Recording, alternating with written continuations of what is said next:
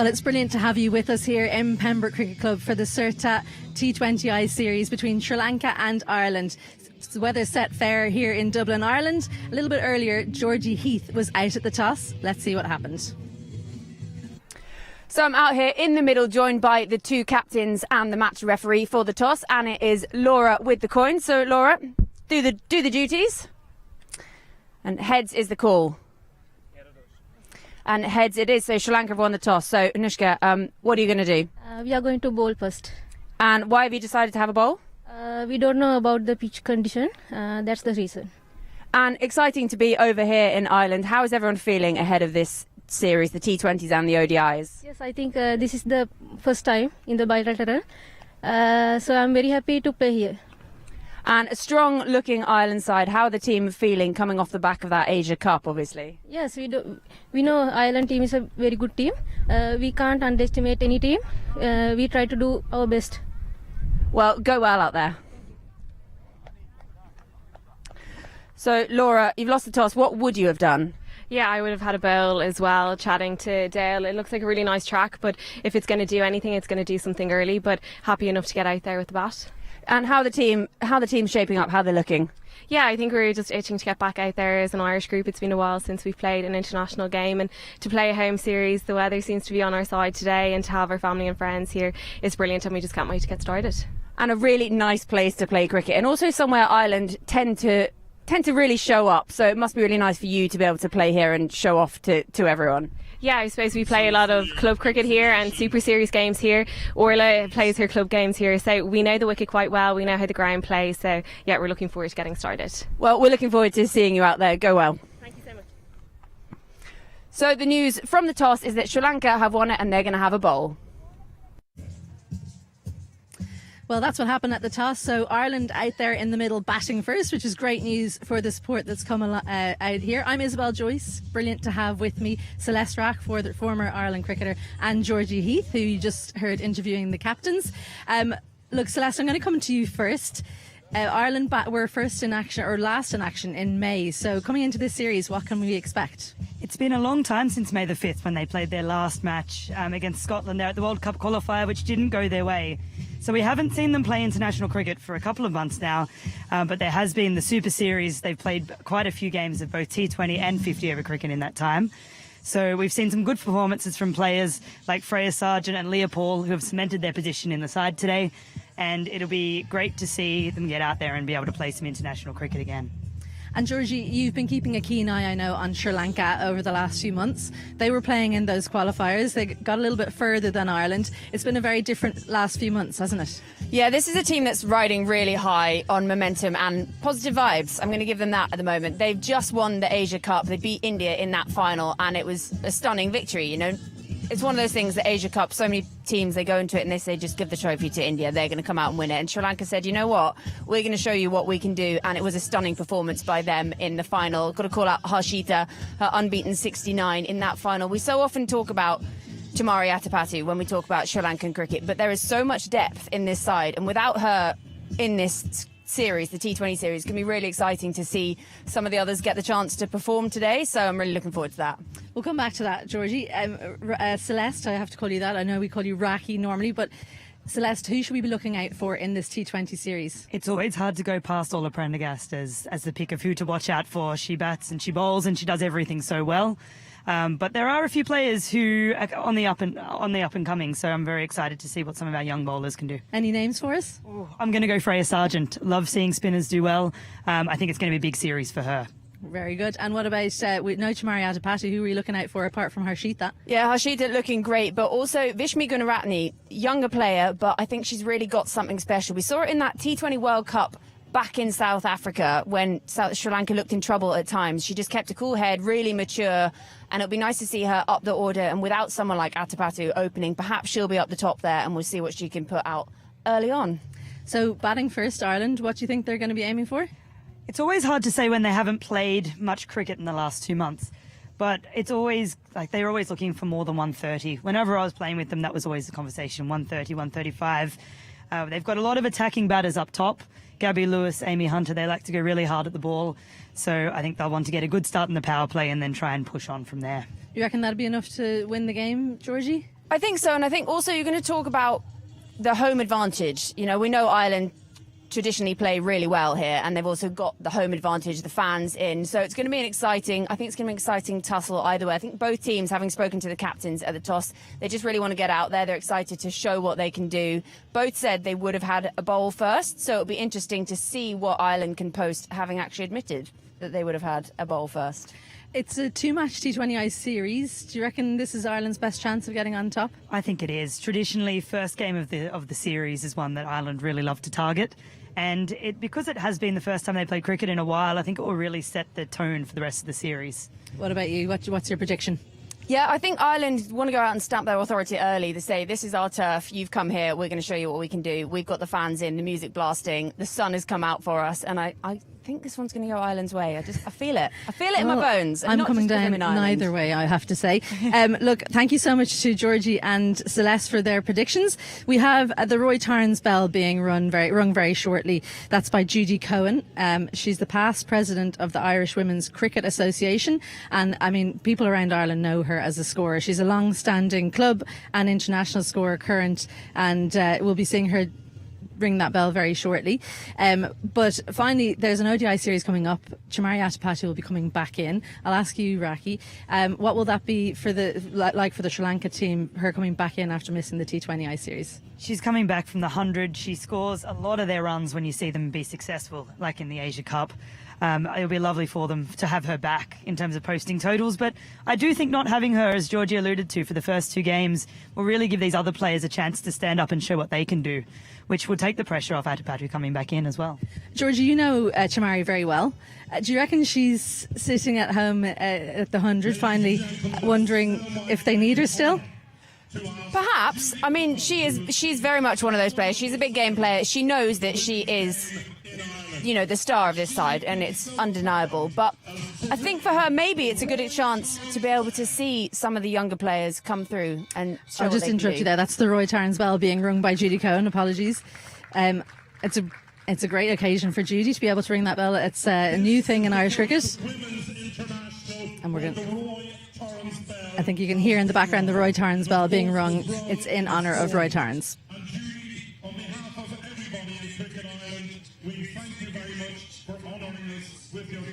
Yeah, so sorry, finish up on that point about Chamari Atapatu, not Roy Tarns. Yeah, so I think actually, yes, she'll be keeping a keen eye on it. Obviously, this is her side, but I think maybe it's quite exciting for her to be able to sit back, put her feet up, and be like, look what the youngsters are doing coming through. Yes, she does a lot of the heavy lifting in this side, but it's nice to be able to do the heavy lifting with others doing some lifting too. Well, if you're watching at home, Chamari, we wish you all the best at the 100, and we hope your team does you proud out here in the middle. We look forward to seeing you at the ODIs. We'll be back very shortly with the anthems and with the live action.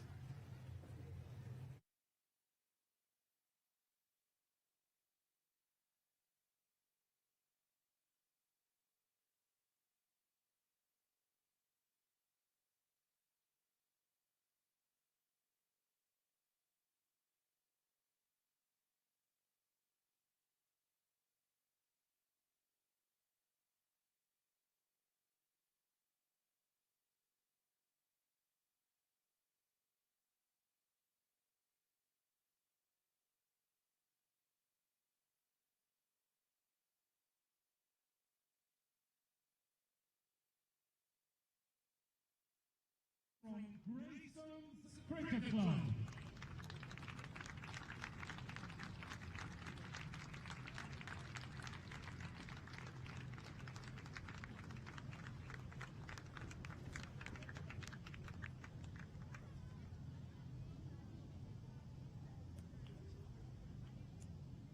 Ladies and gentlemen, if at all possible, could I ask you please to be upstanding for the national anthem of Sri Lanka.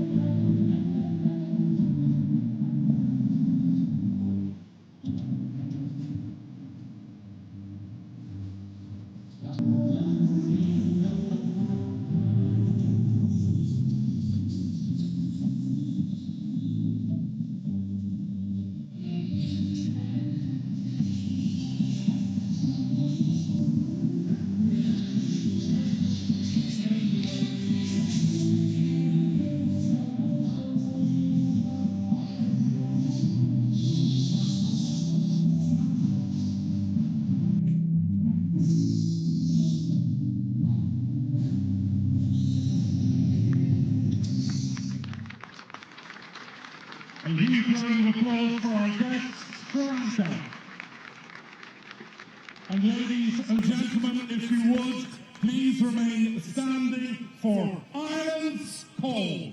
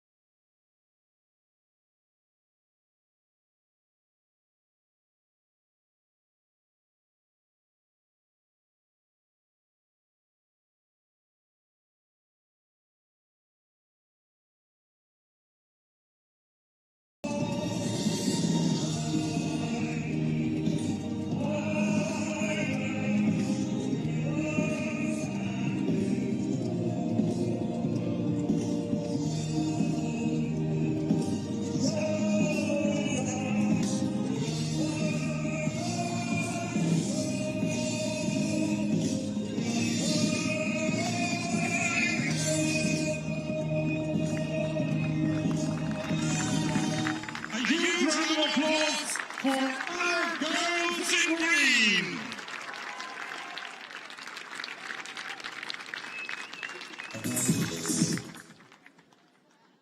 And remember, ladies and gentlemen, Sri Lanka have won the toss and having done so, have elected to... Well, we've just had the anthems, two fantastic anthems, if I do say so myself. If you're just joining us, it's the Sirta Women's T20I series between Sri Lanka and Ireland. A little bit earlier, the toss was won by Sri Lanka, who decided to go out onto the field as a team and bowl first. Laura Delaney, the Ireland captain, said she would have done the same, but I think she'll be happy enough batting first. She does tend to like to bat first as a batting captain. I'm Isabel Joyce, and alongside me, delighted to say I have Celeste Rack, former Ireland cricketer and a burgeoning career in commentary. And we had a chat already, I suppose, Celeste, about what we expect from the game. But how do you think that the camp will be in Ireland? Raring to go? Thanks, Iz. Great to be here. And yeah, I think they'll be very excited to get underway. It's been a long wait since their last international T20. No, they haven't played since May, so they'll be raring to go. And as Georgia alluded to earlier, they're playing against the Sri Lanka team who have had some very good form recently. And it'll be a big test for them first up for this season. Well, there's the Ireland squad. Laura Delaney, the captain, back after injury. Great to see her taken to the field. The players left out and a little bit aggrieved, I would imagine, but it's such a tough team to get into. Jane Maguire missing out, as is Alana Dalzell, and Christina Coulter-Riley not getting a look in yet. She's a new call-up to the squad. Batting will be probably up the top of the order. We'll see Orla Prendergast, Amy Hunter, Gabby Lewis and Laura Delaney. Una Raymond-Hoey making her return from Australia after 5 years out of the Ireland team. So an exciting batting lineup to come. Yeah, that's it. It's been a long Super Series for the girls, having no international cricket in between. So it's been tried and tested this top order, and they've done well for Ireland. The two of these two girls, Lewis and Hunter, have batted well together in the past. It's interesting that it's these two opening. They've opened together for quite a long time. They know each other really well. But with Una Raymond-Hoey coming back into the team, there's been lots of chat around Irish cricket about what the order is going to be. We've got Leah Paul as well. She's been batting so well at number 4 in Super Series, so she's trying to get up the order. Rebecca Stokel's the power hitter. Where does Una Raymond-Hoey fit in? What are you expecting? I'm intrigued about that. I'd be disappointed to see Leah Paul get disrupted by Una Raymond-Hoey coming into the lineup with how well she's been batting at 4. But then where does Laura Delaney go? And can Una Raymond-Hoey be the finisher that they need if she does come in at 5 or 6? So many questions. Yeah, I think she's not sure even where she fits into the team, so that's something that they'll try to figure out in this series. Opening the bowling for Sri Lanka, left arm seamer Udeshika Prabodani. Starts off with a full straight one. Fielder in the deep is out at square leg, just behind. That's the left arm spinner we'll be seeing a little bit later on. Sachini Nissan doing the fielding. Looks like a good pitch out there. We had a look earlier on. Raki, what are you expecting? Yeah, it looks like it's going to play well. We know pitch 7 at Pembroke is their most special pitch, one they save for the big games. It usually plays very true. Dale McDonough, the curator, does a great job preparing wickets, and he'll no doubt have saved one of his best for today. A little bit of movement. If there is a little bit of a chink in the armour for Gabby Lewis, it can be left arm seam with the ball swinging in. So she will want to get on top of Prabhadani early here. No express pace, just trods in and gets the ball in good areas, gets nice movement in as well, has a good slower ball. And it's not one that goes away. It's not something that we see too much in Irish cricket either, the left armour in with the women's game. So this is quite unfamiliar for the Irish girls, facing someone who can bring the ball in as a left armour. Yeah, absolutely. And someone who's been playing for a very long time. Prabhadani made her 100th appearance in T20Is in the semi-final of that Asia Cup. So it's no surprise to see her get the new ball. Slip in place because they're expecting maybe a little bit of seam movement away. Yeah, it's interesting now. Well, they're taking that slip out, just as I say that, going into fine leg or 45. Gabby Lewis just looking a little bit itchy there. Wants to get on the scoreboard. Well, in the most recent Super Series, the most recent cricket we have to go by, she was only averaging 20, which for her is not the usual domination that we see. But she did have a much better 50 over competition, so she'll be keen to get into the runs again. Nicely played back, but well tidied up by Prabhadani. Two fielders in the deep on the leg side, deep straight mid wicket. That's Harshita Samara Vikrama. And then, as I said, Nissan Sala, she's in square leg. They're bringing her in now, and they're going to drop long on. It's Pembroke, for people who don't know the ground. There is a ridge if you bowl from this end. This is the St John's end, but Udeshika wouldn't be able to bowl the length that would actually make use of that ridge. We might see Orla Prendergast make use of it later on. Beautiful looking shot, but again, no run. The other thing to take note of, the fielding from Sri Lanka is usually excellent. So the first over goes without much incident. Ireland won without loss. And you're right about Udeshika Prabhadani. She not being able to hit that ridge. She's not a very big girl. She'd only be 5'1", 5'2", but she's so consistent. Lands the ball in great areas. Hard to get away. Yeah, and I think with her experience, it's also once someone hits her for a boundary, she's not perturbed. She has a plan because she's played for so long. So she has a few weapons. She has a few weapons in her bag. Umpire Sue Redfern, great to have her over from England. One of the most experienced female umpires going around. So it's brilliant to have her. Aidan Seaver is her partner at the other end. Also very experienced and knows this ground very well. Anoshi Fernando, off spinner, will take the second over from the Willfield Road end. It says off spinner, but she pretty much just bowls arm balls. Very tricky customer. I saw her in the warm-up today, sliding the ball on through that arm ball. These conditions could suit her well as well. A good slidey bowler tends to be quite successful on Pembroke. Slip in for saving a single on the offside. Starts with a full toss, just tapped into the leg side from Amy Hunter. Not something we'd be used to seeing from her, maybe just showing a little bit of nerves. Perhaps, yes. You usually don't get much of a chance to bowl a full toss to Amy Hunter without ending up in the crowd. They should be disappointed to not have got that one away, but sometimes first ball, it's the last ball that you want to be getting. The big full toss. She's got a single off her 2 balls faced so far. Lewis faced 5 dot balls, so she'll be itching to get off strike. There's that swing, gets the gap. A little hand on the offside, but the outfield is lightning, so I think that will make its way. It does. The first boundary of the day comes off the bat of Gabby Lewis, a classical off drive, and the crowd, sold out crowd here, show their appreciation. It's a great shot from Lewis, and this is what she's known for. If she's given width early in the innings, she's so good through there. So Fernando will be looking to bowl a little bit straighter to Lewis after that. Well, it's actually a line that she often bowls, but she's confident of the swing, taking it away from the right-hander. Well, Lewis goes for the sweep straight away. I'm not sure that's the option really against Fernando, but she does bowl that line quite a lot, and because Gabby Lewis is so tall, she's got the reach. That's what I was going to say. Gabby Lewis's reach compared to what Fernando would bowl to in Sri Lanka a lot of the time is totally different. A little bit streaky, finds the fielder Nissan Sala an extra. So not the gap, but good communication, because all those fielders on the offside are on the ring. So if you could make them move, it is a single. And that stock ball from Fernando that you were talking to is probably going to be played completely different by Amy Hunter, who doesn't quite have the reach of Lewis. Yeah, and definitely through the offside is not her strength. But so it's ironic actually that they are setting the field for Gabby Lewis when in fact she's off strike, and Amy Hunter will be delighted to see that slip gone. She's very good through third. Not as strong through the covers, so one of their fielders almost wasted there. It goes for the sweep. The fielder has to move in the deep, but it should just be one. Well, they're coming back for the second. Brilliant running. She went down in the long barrier, and that invited Gabby Lewis to take the two, so excellent running. Brilliant running, and she's fast out there, Gabby Lewis, and this ground has a lot more space than what people would give it credit for, so if it's not a quick pick up and throw, there are twos out there. Yeah, especially out to the railway there.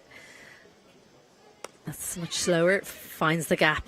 So good on the sweep, Amy Hunter now. Both batters have scored boundaries. And an expensive and unusually expensive first over for Fernando. Goes for 12. And after a very quiet first over, they're really getting into things now here, Ireland. And this is such a different strength to what Gabby Lewis would be playing. Amy Hunter loves sweeping the ball, and she's picked that up there just outside off. She's pulled it square for 4 there.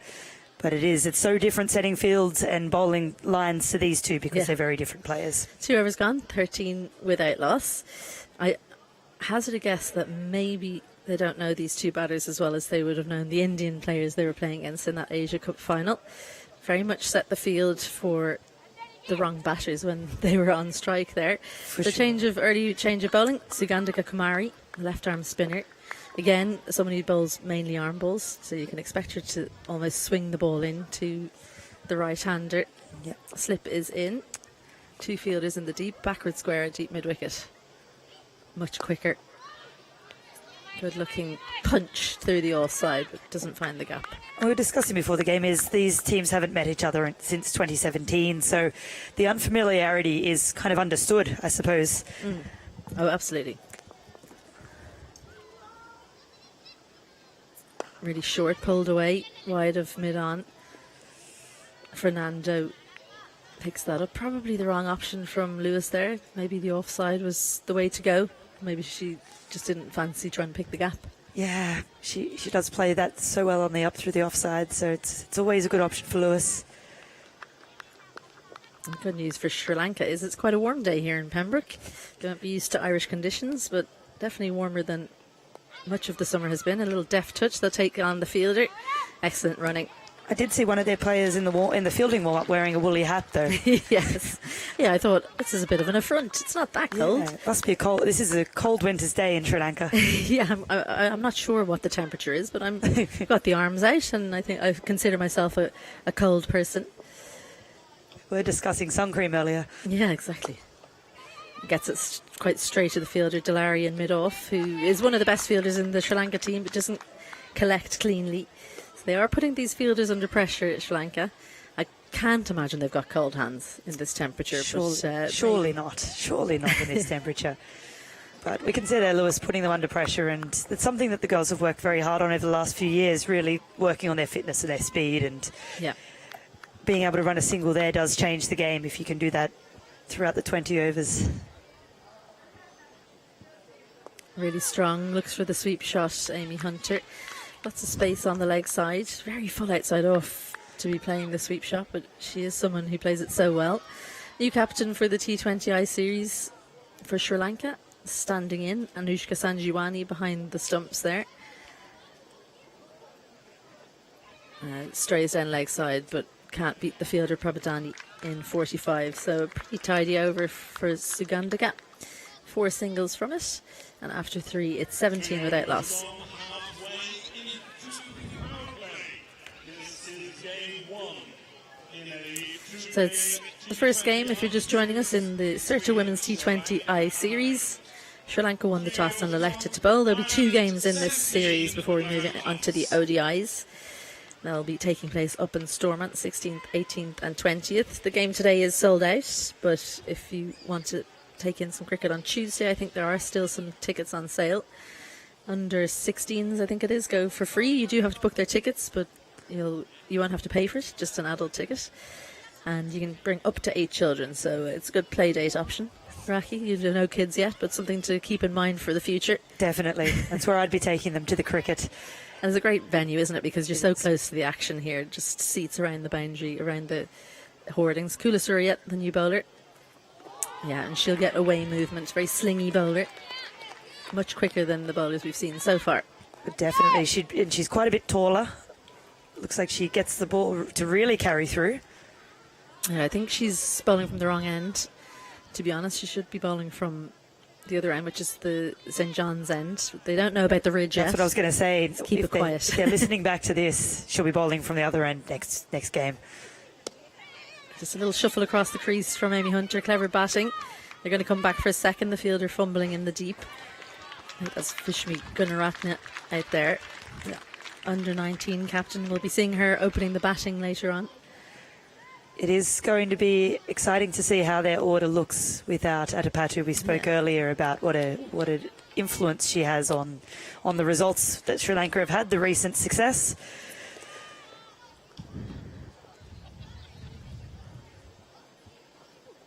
A lap shot, brilliant batting from Amy Hunter. She's so inventive. No fear from the youngster Amy Hunter. Just finished school, goes down on one knee and lifts it over Sanjiwani in behind the stumps. So another boundary for Amy Hunter, and lots of thinking to do for the stand-in skipper. This is a huge show of bravery from the 18-year-old Amy Hunter, their fastest bowler, slinging it in and gets her head just out of the way, plays it so confidently. And that's been a hallmark of Amy Hunter's career. Well, she's so young still, but she's never had any fear. Yeah. Imagine having a hallmark at her age. Oh, well, she's been going, it feels like forever. Changing the field, third is out, 45 in. Short, heave, leg side, chance in the deep. Well, she doesn't go for it. Vishmi Gunaratne decides that she can't quite read the distance. Well, the wind is actually going across the ground, which would have helped that towards her. So I think she didn't really realise that it was almost going to go into the hands and stood still. Yeah, a chance. It looked like it could have been a chance.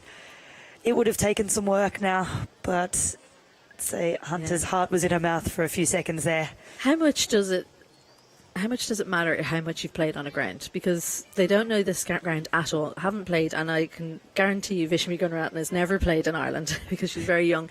How much of a difference does it make with the dimensions and the wind and the conditions? I personally played before. I personally think it makes a massive difference. And even just before you play somewhere, going out 2-3 days before, fielding in different corners of the ground, it always gives you a little bit of a sense, but it's not the same as having played here all season for the last 10-15 years, like someone like Laura Delaney would have. Yeah.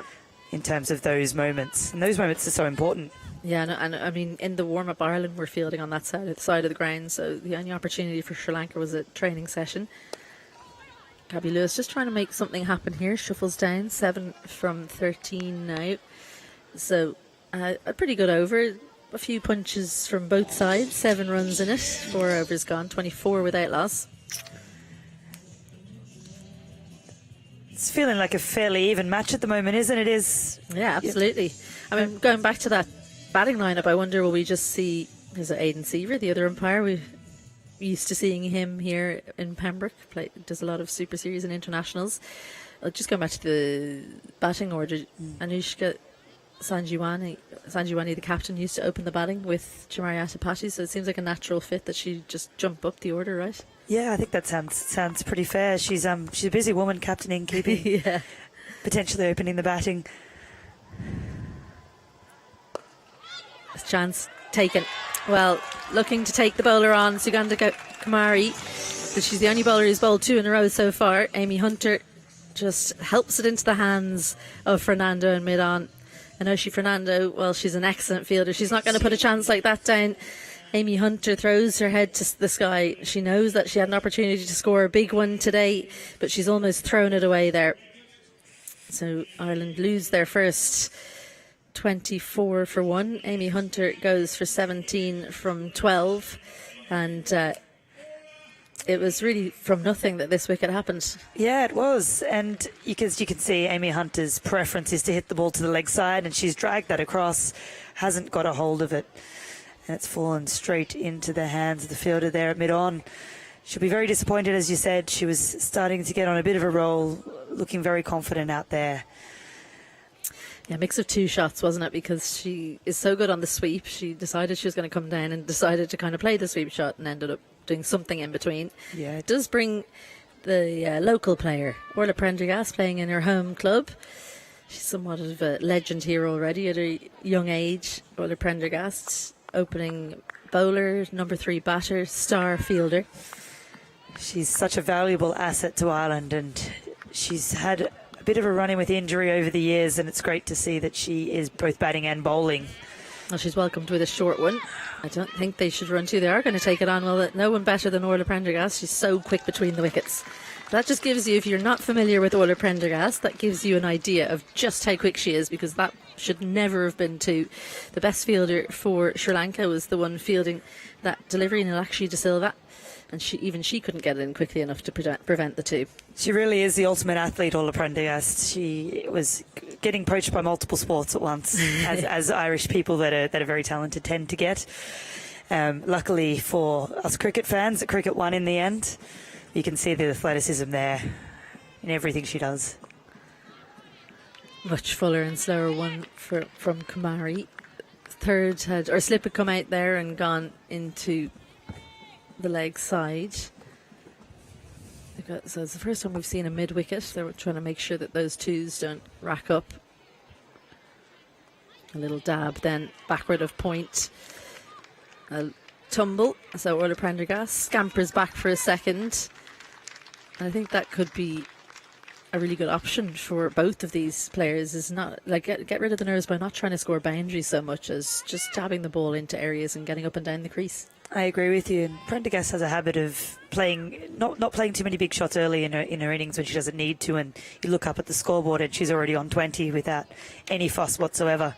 Well, another change in the field. That mid wicket comes out and goes into short third.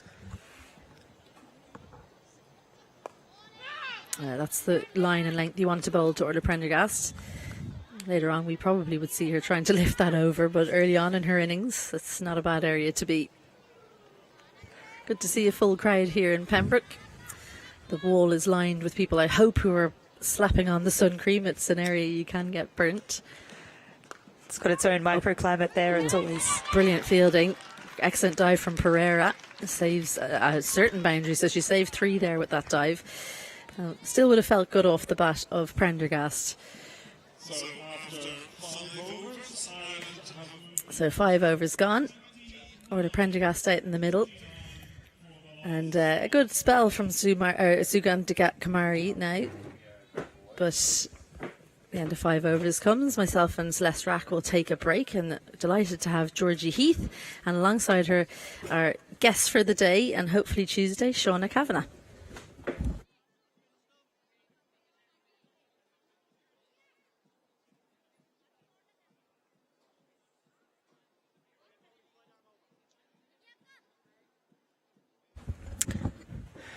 Thanks for that one, Izzy. Well, nice to join you in Ireland. My first trip to Ireland for the first time ever. So 5 overs gone, 29 for 1 on the board.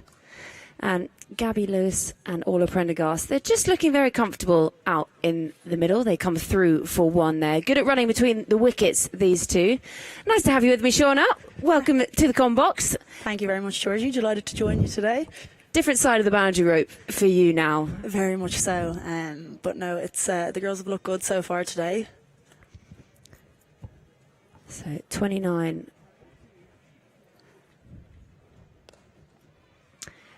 Yeah, and this is good because they're setting off for the first one quickly, these 2, and it's putting that pressure on the fielder, and actually it is causing a few sort of misfields from the Sri Lanka players. So if they can just keep this ticking over, these two are good at accumulating, aren't they? Absolutely, and Orla Prendergast is such a strong runner between the wickets. She's so quick, and she's very hard to run out. So I think that'll definitely be a discussion between the two of them. Run that first one hard.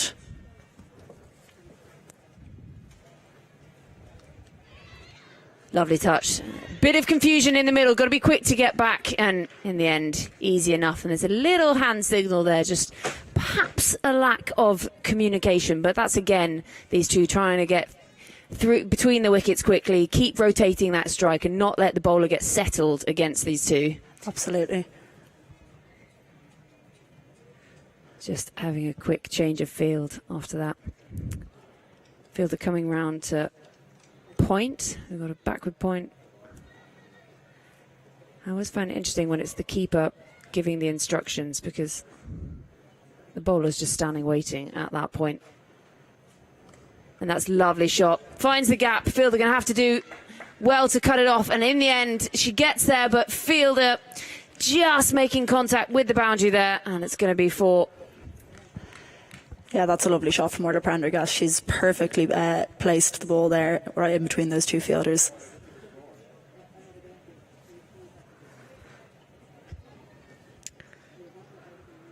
Now, I want to pick your brains on Orla Prendergast. She is one of those names that just keeps cropping up more and more, and she's the kind of player that I feel we're going to see more of in franchise cricket in years to come. Would you say that's the kind of thing we're going to see? We need some more of Orla Prendergast around the world. I think so. I mean, I'm probably slightly biased towards Orla. She plays here in Pembroke Cricket Club, which is my home club. But yeah, she's an outstanding cricketer and a huge talent for the age that she is. And she's just so measured in the way that she approaches the game.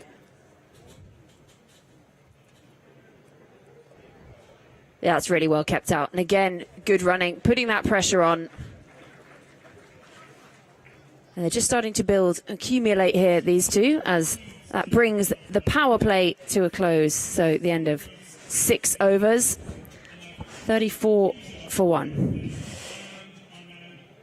Yeah, and I like the way Orla has just come in and she's just gone about her business quite quietly here. She's going at a run of ball or just under. So, she'll be happy with that and she'll feel very comfortable out there, I think. And for a team like Ireland, who obviously it's been a while since they last played, what do you think those kind of discussions will be? Obviously, they've had the disappointment of not making it for the T20 World Cup later on this year, but they're in that sort of rebuild stage. They've got some really strong youngsters coming through. How do you think they will have gone about their sort of preparations for a series like this? Yeah, I think, they'll be so disappointed with that qualifying tournament back in May. Prabhadani continues the left arm over. Again, just work for one. They're going to look to come back for the second. Have to be quick. And in the end, not taken cleanly behind the stumps by Hasini Pereira. So it's good running, these two. Again, putting that pressure on. Yeah, that's super. And nice dive there as well from Gabby Lewis. She's not giving her wicket away easily. But yeah, look, I think that they'll be super disappointed with that qualifying tournament in May. It's been a long time waiting for international cricket.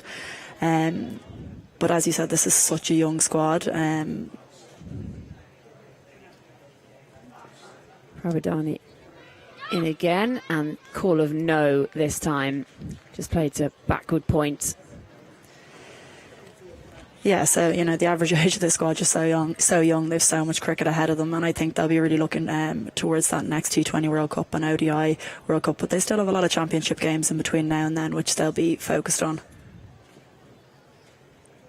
Prabhadani again over the wicket, just worked away by Prendergast, and Gabby Lewis there looking to run that first one hard. That's something I'm really impressed by. She does run that first one hard, always thinking about a second as she keeps her eye on the ball as she goes to turn and trying to think about coming back for a second. Got long legs, obviously. It's much easier to gallop down the wicket when it doesn't take so many yards. Prabhadani with ball in hand perhaps might have to take a few more steps. Score moves on to 36 for 1. And that's well fielded off her own bowling. Prabhadani Yeah, and I think like Gabby running that first one hard as well, it's always something as a cricketer, I think it's in your control. You know, it's such an easy thing to control, run that first one hard, and it really helps you accumulate your own score as well. So yeah, it's really pleasing to see.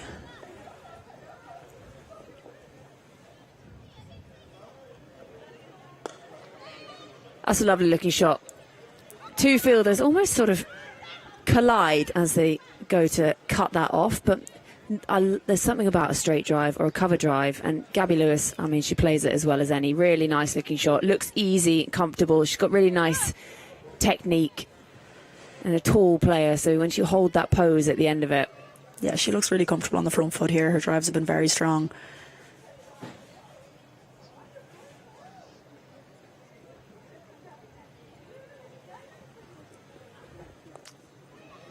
Well, let's find that outside edge. Just beating the fielder. That's going to run away for 4. Not going to cut it off. Music reverberates around the ground. Not where she expected the ball to go, but she won't mind that. The outcome is still for it. And the outfield here is so quick. Once you kind of break through that inner ring, it flies away to the boundary rope.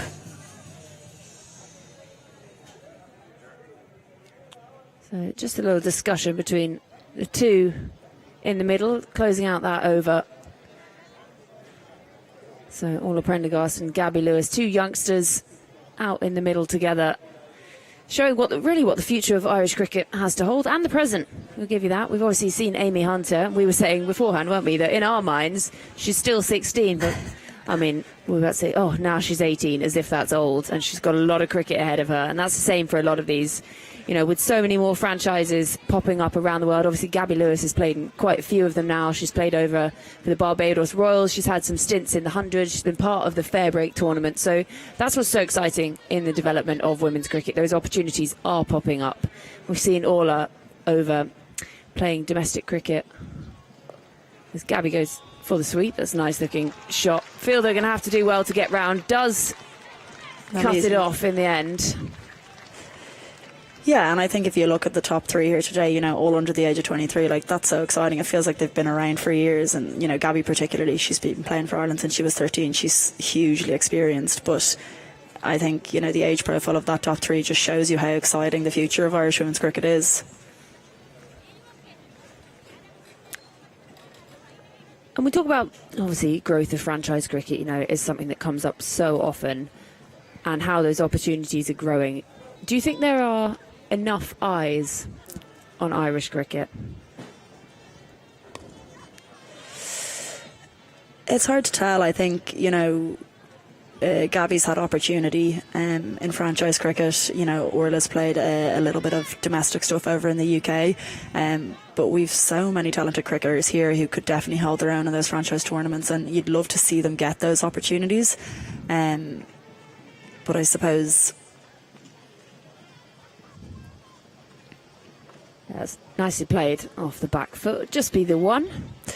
But I suppose where you get seen and, you know, you get exposed to these kind of tournaments is international cricket. And I think the girls probably just haven't had, you know, the same success that, you know, maybe other people would have had. So they don't get found out, or they're not exposed to, I suppose. Again, going to be cut off inside the ring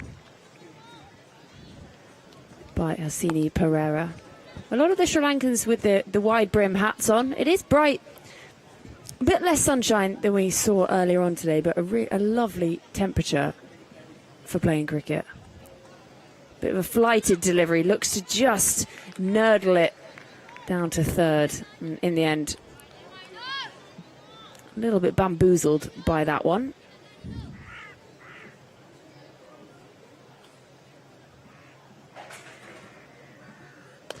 Use of the feet, comes down the pitch. Lovely looking noise off the bat. And it would just be one for that, but nice, lovely sounding strike, wasn't it? You know, and that's a high percentage shot for Orla Prendergast. She loves to use her feet and come down the wicket, and she's very successful with it as well. And what I love about her is that when she comes down, she's very adaptable. She adapts to the ball that's being bowled, and she, you know, if it's only there to hit for one or knock down the ground, she's able to do that really, really well. So 8 overs gone, 48 for 1 on the board. It seems it's about reasonable. They haven't quite started motoring yet, I feel. I think there's another gear they can step themselves up into, these two. Yeah, I agree. And I think, you know, they've both kind of gotten off to decent starts here. I think the two of them will want to continue on here and put up a high total for Ireland here. I think one of them will want to be here at the end and make some really good contributions here. So Sachini Nisansala has been handed the ball with headband on. She stands behind umpire Sue Redfern. Gabby Lewis just staring her down a little bit from the non-strikers at the moment.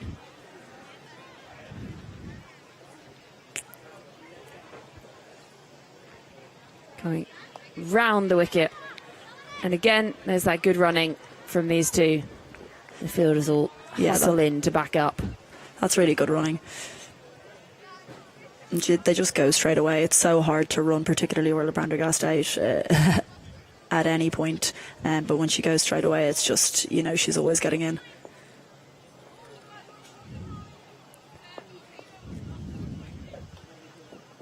Flighted delivery, and it's chipped up in the air. It's going to land safe between the two fielders. Neither of them can cut it off, and it's 2 bounce 4.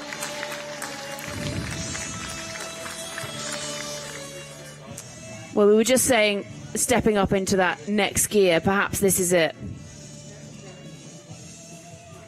Yeah, that's a lovely shot from Gabby Lewis, right in between the two fielders there. She's a very good sweeper of the ball, and I'm actually surprised she's kind of waited this long to get it out. I think she swept one down here, but it's a very high percentage shot for her as well. So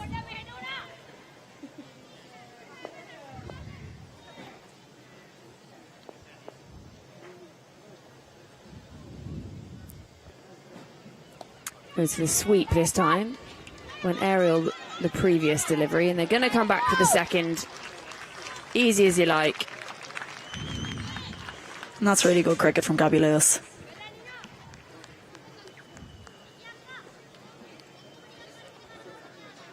So 7 already coming off the first 3 deliveries of this over.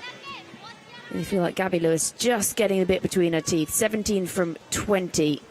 And she's being kept company nicely by Orla Prendergast at the other end, her 19 off 18. So as you can see there, continue like this.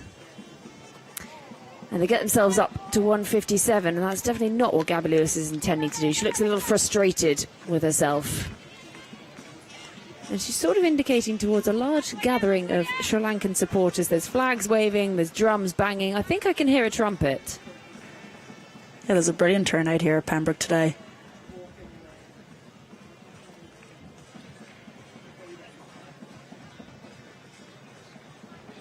Nice little deft touch from Prendergast. See, it's not all about power. Cricket's precision is just as important.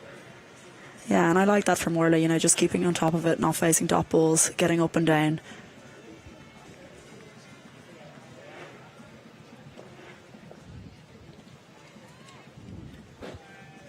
So Nissan Sala with that long stride, then a scuttle, then a stride, and then another scuttle. And she goes aerial this time. 3 fielders give chase.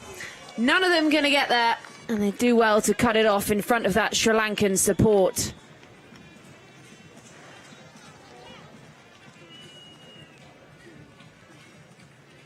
That'll be the end of the over. So 9 overs gone. Ireland 59 for 1.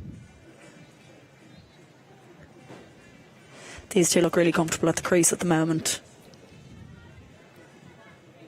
What a crowd in today. The drums, the flags waving, youngsters, mums, dads, people of all ages in. I can see a woman in green with a Guinness in hand. I wonder who she's supporting.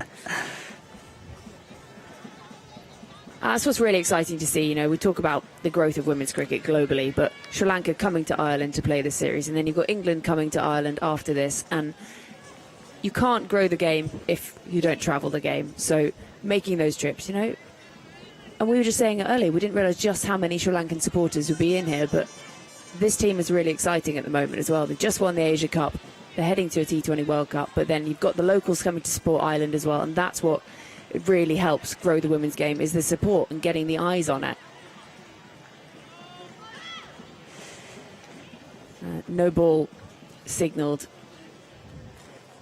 Yeah, and like Sri Lanka are a team in form at the moment. As you said, they just won the Asia Cup. They're heading into a World Cup, and they've looked excellent recently. And I think home internationals, the girls love playing home internationals. It's probably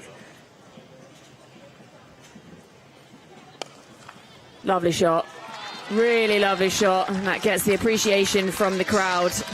that's a beautiful shot from Orla, and that's her bread and butter. She loves hitting through the offside.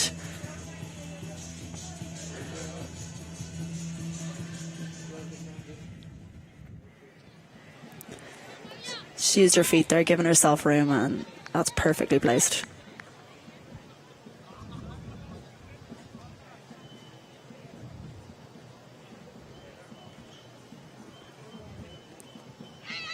Not quite the contact looking for, but again, really quick between. Gabby Lewis is almost halfway down the wicket by the time that shot's being played. She's backing up so far. Yeah, that's excellent running. And just to come back to your point there, Georgie, like I know the girls love playing home internationals. It's apart from World Cups, home internationals are probably your next favourite thing to play as an international cricketer.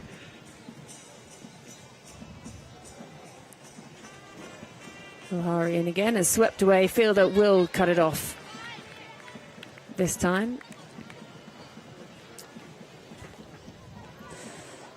Yeah, and it comes somewhere like this, I was saying it to you beforehand, it's not like you're going to a massive stadium where you're sort of away from the action.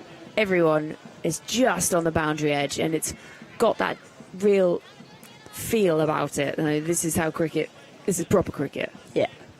I mean, this is the cricket you kind of grow up knowing and playing, and I think as well for the girls out there, the proximity, I suppose, to the boundary and where the fans are and stuff, you can hear it all, and it really spurs you on. Well, going along nicely at the moment, Ireland with the bat in hand. And a rare dot.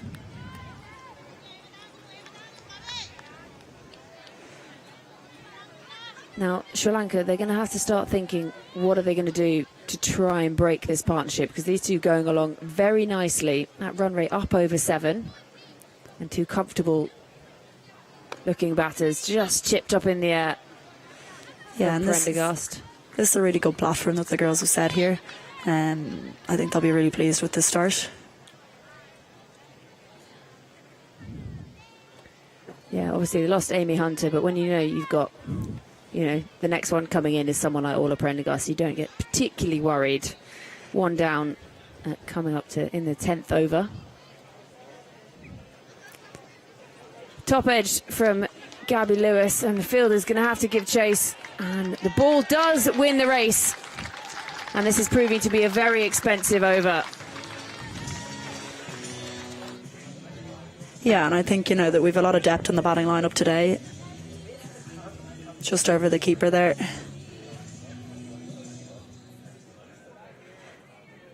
Yeah, we've got really good depth in this batting lineup today. I know Leah Paul's come in to the side and she'll bat in the middle order. I'm really excited to see her today. She's been in excellent form with the bat. So we've got a very good middle order today.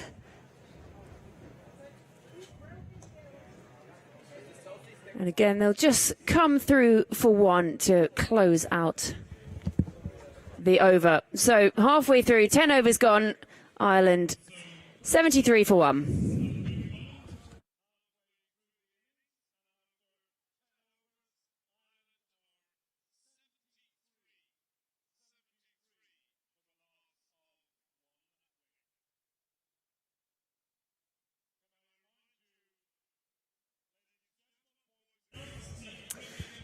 So 10 overs gone.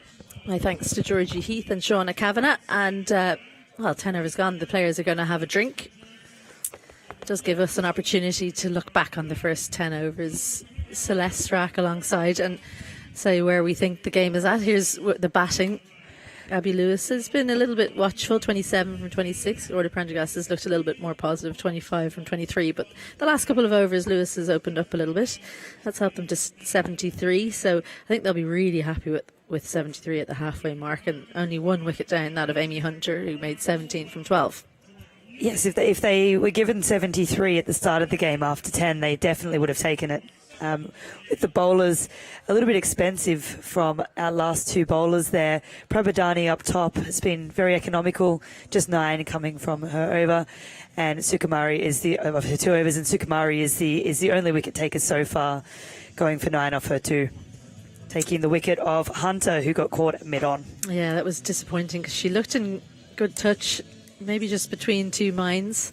But yeah, 6 bowlers used, and really unusually Dilhari expensive. She's usually the one that they bring on at this kind of stage in the game to tie things down. That front foot no ball on the first ball of a spell. It is a bit disconcerting especially if you're a bit nervous coming on and the first ball does not go your way, and then the second, and then the actual first ball of the over goes for a boundary as well. Yeah, she didn't come back well for the free hit, did she? And I think for spinners, like, are you as prepared for what you're going to do when a no ball is called? Because you don't overstep that much as a spinner. I have seen Dilhari overstep plenty of times, but do you have things in your armoury like a seamer would have for their free hit? I think you're right in that a seamer has a lot of variation of pace, a lot of variation of length they can deliver. But on a pitch like this, for a spinner, unless you've got huge variations when you land the ball, which a lot of these girls don't appear to, it's hard to really serve up something completely different that can throw the batter in the free hit. Oh, you reckon they'd maybe bowl a Yorker or full at the wide line or something like that? Or if they're quite brave, take a lot of pace off, potentially, if you're happy with where your field setting is. But no, you're right, compared to a seamer who should overstep more, it can be tough. Nissan Salah continuing. Left arm spinner. Really had to reach for that Gabby Lewis. They have been excellent between the wickets, haven't they? Anything that goes to third or point, they're running. So quick between the wickets. 2 tall batters. Puts a lot of pressure on the fielding team, and if you turn every one of those probable dots for most people into singles, it adds a huge amount to the score. It's definitely something that we wouldn't be used to. We don't have the pace between the wickets that these two do, which certainly never did myself either. Well, anyone watching us play, we'd probably be on 40 now, just out of not running those singles and twos. But I think I'd be happy with 40 for one against Sri Lanka this stage in the career, or the non-career. Change of the field, long off out, long on in for Prendergast, who dances down. She's such a sweet timer of the ball. Dealt with well by Gunaratne in the deep. We were just discussing with the bowling spin when there's a no ball where we're going to bowl and how we're going to change things. All Prendergast is one of those players that even when it's not a no ball, it's really hard to find a length that she can't get on top of and hit straight. She just has incredible timing of any length on a pitch like this. It's very hard to bowl to.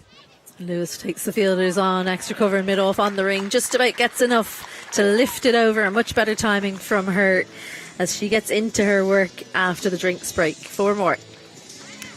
We're starting to see a bit more confidence from Lewis to go out there and play the shots that she's known for playing.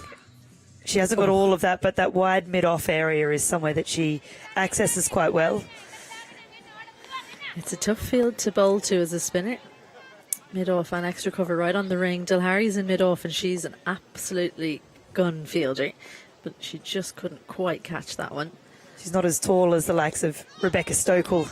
She's pretty tall though. Yeah, true, she is. She's one of the tallest in the team, which is why I think she's there. Both her ability to be athletic in the field and that extra inch or two that she has on a lot of her teammates. Pace taken off a lot there from Nissan Salah. And there's the short one, slapped out to the fielder in the deep, who makes a bit of a meal of it, but just about manages to stop the 2 Gunaratne. We just saw the ball before that, a lot of pace off there, and the ball turned quite a lot, which is something we haven't seen a huge amount of today so far. So it goes to show that if you can get revs on the ball and slow the pace down a little bit, there is a bit of turn on offer. Yeah, Cara Murray, leg spinner, will be playing in the next half, and Freya Sargent, both pretty good turners of the ball, so that'll be good signs for them. Much shorter, slower, just sits up a little bit. Prendergast seemed to have to wait an age for that one to get to her. So honours even pretty much that over, going 8 from it. And after 11, it's 81 for 1.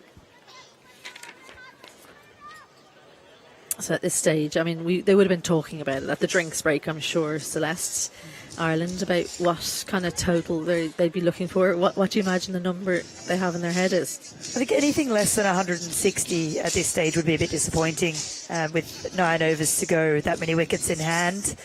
then that is quite a formidable total to chase. I'd say they probably would have talked about 170, 175. Okay, What would you say is, if you were Ireland right now? Yeah, I think they'd be first number they'd be trying to get above 150. There's Alan Lewis. Gabby Lewis is out there batting. He won't be too nervous. She's on 33. He'll be happy to see that. Fernando comes back. Beautiful timing from Prendergast. She's going to look to come back. Nissan Sala, the fielder in the deep. She's left-handed, so it's the right side for her, but doesn't maybe have the throw needed to get that in. So another 2. These 2 have earned their dinner. They have between the wickets. They have indeed. They have indeed. Be good practice for their next fitness test, which we know is very important for the Irish team. Dance down, chance gone. Well, the change of bowling does the job. Orla Prendergast comes down one time too many. The arm ball does its job, and the captain, the stand-in captain, Sanjuani, collects and makes easy work of it. So that possible total that Ireland will have been looking at might just have to be adjusted somewhat. Orla Prendergast, the second wicket to go down, 83 for 2 now. Prendergast goes for 29. That arm ball proves to be very effective, sliding on. Prendergast coming down the wicket.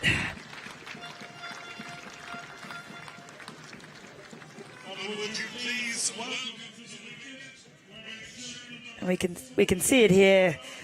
Orla Prendergast looking to go through the offside again with a lot of power, looking to use her feet, and the ball is slid on and very well taken there by the Sri Lankan captain.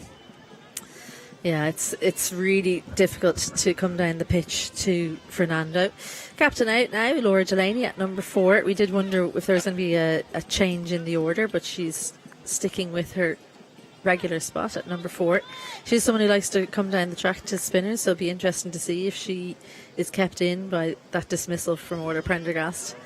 You almost need to play her like a little medium pacer.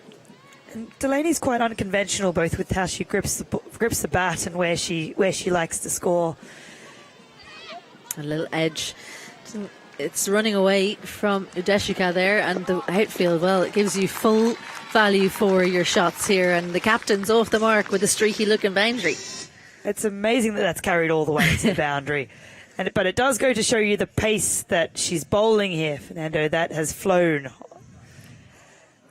We've had some warm weather by Dublin standards in the last few days, and the grass is certainly faster than what it can be this time of the year. Yeah, really quick outfield. If you haven't seen or played cricket in Ireland, then because we have so much rain, we do tend to have lovely quick outfields because you can cut the grass quite short and into the arc of Laura Delaney. So good hitting square of the pitch. It won't be the same kind of running between the wickets now. Like, Laura Delaney is quick between the wickets, but Orla Prendergast just makes everyone look slow. She's on a whole new level. Yeah. And that you couldn't have bowled a more comfortable ball for Delaney to play there in her second ball of her innings. She loves width, very strong square, and very strong to long on when she gets going. Pace off, lifted over the offside. Is there a chance? Dropped. Well, another chance goes. Almost, I think that went through the hands of Dilhari there in mid-off, and there's no one you'd want under that more if you're a Sri Lanka supporter than Dilhari, because she's taken some worldies very recently in the Asia Cup, but that one just about evading her. They're those catches that are a little bit more difficult than they look when the ball's going away from you and you're trying to follow it, especially in these skies.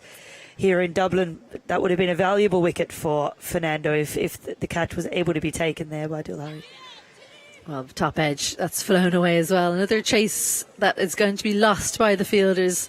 Prabodani and Kulasurya can't reel it in. So a couple of very valuable boundaries in that over that did have the wicket of Orla Prendergast, but it's an expensive one, 13 from it. And after 12, Ireland racing along, 94 for 2. And this is heartbreaking there for the bowler. Fernando's bowled exactly where she wanted to, and Lewis, after giving a chance the ball before, has given another chance, potentially. I mean, too high for the wicketkeeper to get it, yeah. But frustrating for... I'm not sure you call that a chance, do you? I'm That's just being a bit hit you in the fussy helmet, here, doesn't it? And it drops in your hands. But that was a brilliant replay that we just showed, because that was the one she bowls from behind the popping crease. Exactly. And that's one of the weapons that she has Inoshi Fernando, where she bowls 24 yards and can make you think that it's shorter than it is. And I think that was why Gabby Lewis played that shot, right? She thought it was a loose ball, but actually it was coming from just a much longer distance. So clever when bowlers can pick up a few different points where they're going to start from with it on the crease. Prabhadani. Yep, here's Prabhadani. Laura Delaney straight into her work. Nice to see her being busy.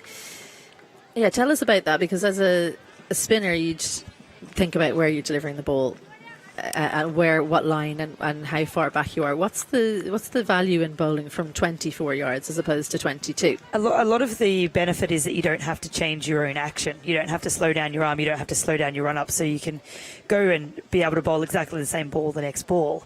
You just are bowling from the crease that time. A lot of bowlers can throw themselves out if they're... Well, it's lifted her leg side chance, and actually De Silva settles underneath it, takes an easy catch. So Gabby Lewis, after giving a couple of chances in the last over, just hits an easier chance this time. And Ireland lose another wicket. This time the catch being taken. Probably the easiest one, the easiest of the chances for Sri Lanka. And 95 for 3 Ireland. Lewis goes for 39.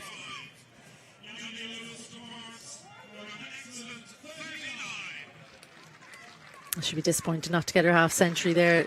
Gabby Lewis, 39 from 33. She will be. She was just starting to really gain some momentum there. She's picked it up, but not quite enough. Not quite off the middle of the bat for Gabby Lewis there.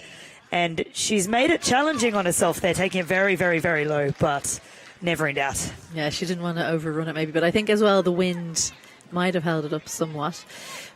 Going back to the Leopold coming in at number 5, we did wonder what the order was going to be. So that's presumably then Rebecca Stokel and Una Raymond-Hoey duking it out to see who comes in next. And maybe Rebecca Stokel held back as a finisher? Perhaps they're two very different batters, Rebecca Stokel and Una Raymond-Hoey.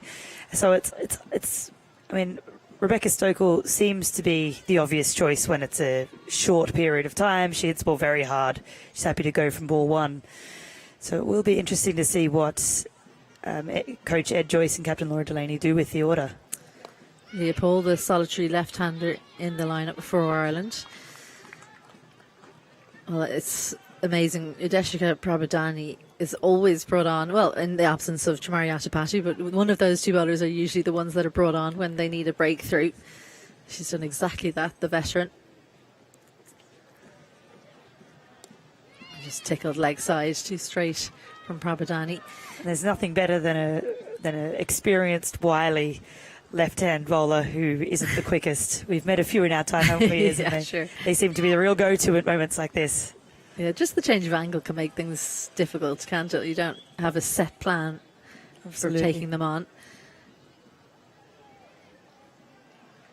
Just going back to that, like finally on that point about the different points of release. So there's the reason as a bowler to do it is that your action doesn't have to change. But what do you gain out of it? Why is it made difficult for the batter? So it was a really good example of that ball that we alluded to earlier, where Gabby Lewis thought that she was getting the same ball, and it just takes that split second longer to get to her.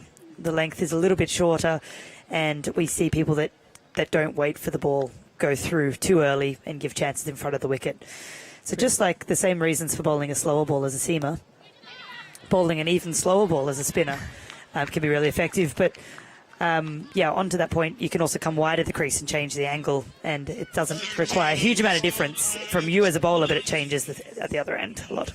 Brilliant explanation there. Hopefully youngsters making notes watching up, or indeed adults as well, if you're wondering why she would bowl from 24 yards. 13 overs gone, 96 for 3. And, things just slowing down a little bit that over. It does show you what a wicket can do. Just the 2 runs in that Prabhadani over. She bowls her third. Excellent figures, as we so often see from her. She's 1 for 11 so far with 1 over left. We're going to see more seam. I've decided to go to the quicker stuff, especially now that there's 2 new batters out in the middle. Delaney 6 from 5, Paul 1 from 2, and it's going to be Kula Surya. Actually, I think this is something that both these batters will be pleased to see, to be honest. Yeah. A little bit of extra pace on the ball. Third is out. For sure. Square, mid-wicket. Well, that's disappointing for Paul. She made good contact, but the bowler did well. Managed to stop it, because that would have been 4 had she missed it. Traditional fast bowlers stop, get the big boot out. Effective, however. Yeah, definitely. 4 fielders allowed outside the ring, and the 4th one of those is cover. So it's 3rd cover, square leg and mid wicket for Kulasurya. Fine leg in the ring, mid off and mid on in the ring as well. A little deft touch. Good pick up and throw. Had to hit, but didn't. It's a brilliant release. Yeah, such athleticism. So that was a bit of a surprise from the batters there, thinking that she was going to have to get up, get herself set, and she's done the slide and throw all in one. Yeah, the fielding is really something to behold, and they haven't been at their best today. I would say just new ground, cooler conditions, but Sugandhika Kumari was the fielder in point there, showing the athleticism, slide and then throw straight away. That's a really important position when Kulasurya is bowling to Laura Delaney here. She's very strong square. She'll certainly be looking at point to score, tick the runs along.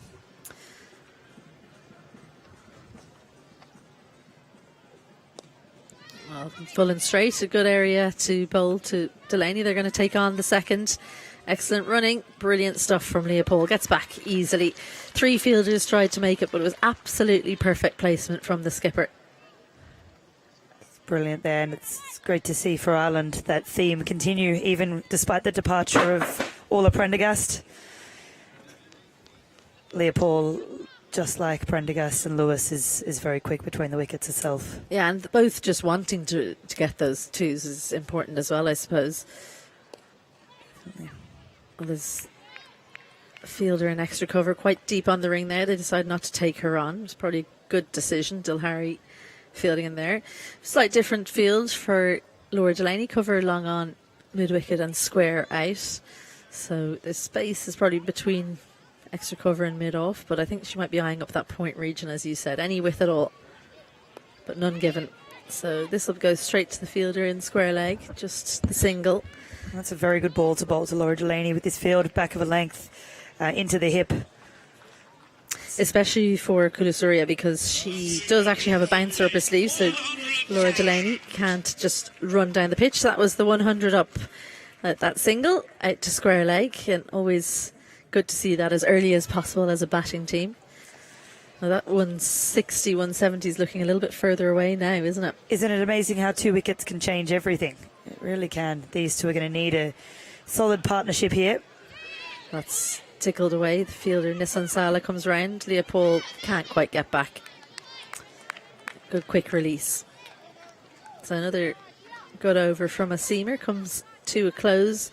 Just the 5 runs from it. So the last 2 overs only going for 7, which has been a good comeback from Sri Lanka. 14 gone, 101 for 3.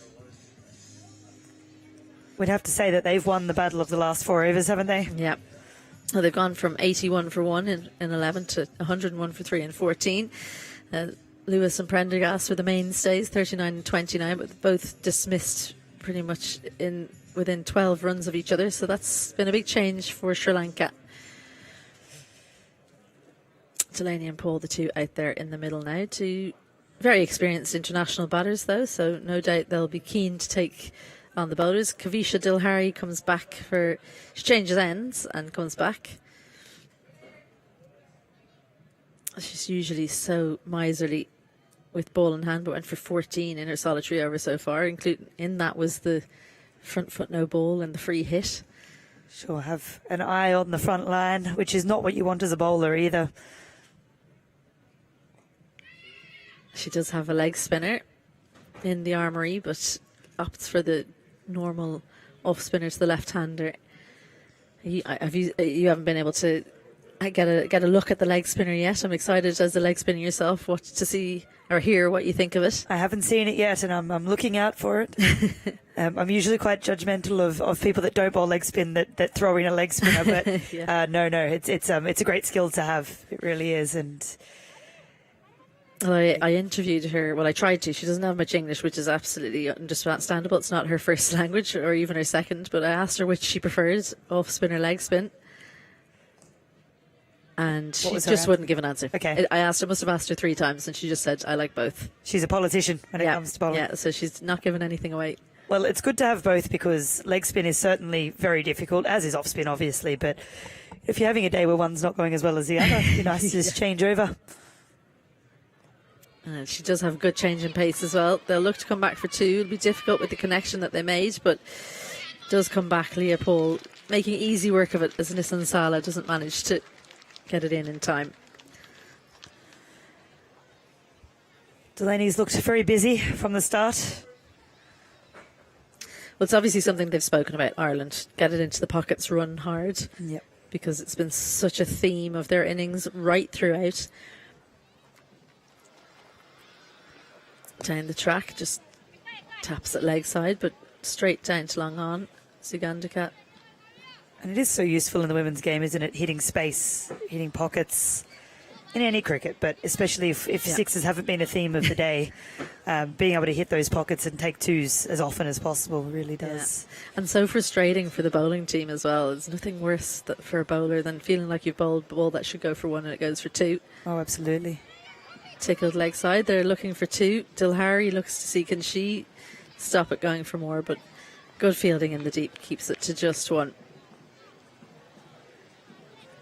It's like it looks like a contest out there at the moment, the way that the Sri Lankans are sprinting in, that they are seeing it as an offence that there's so many 2s are being run. Oh, for sure, and especially after winning the Asia Cup, they're on a high.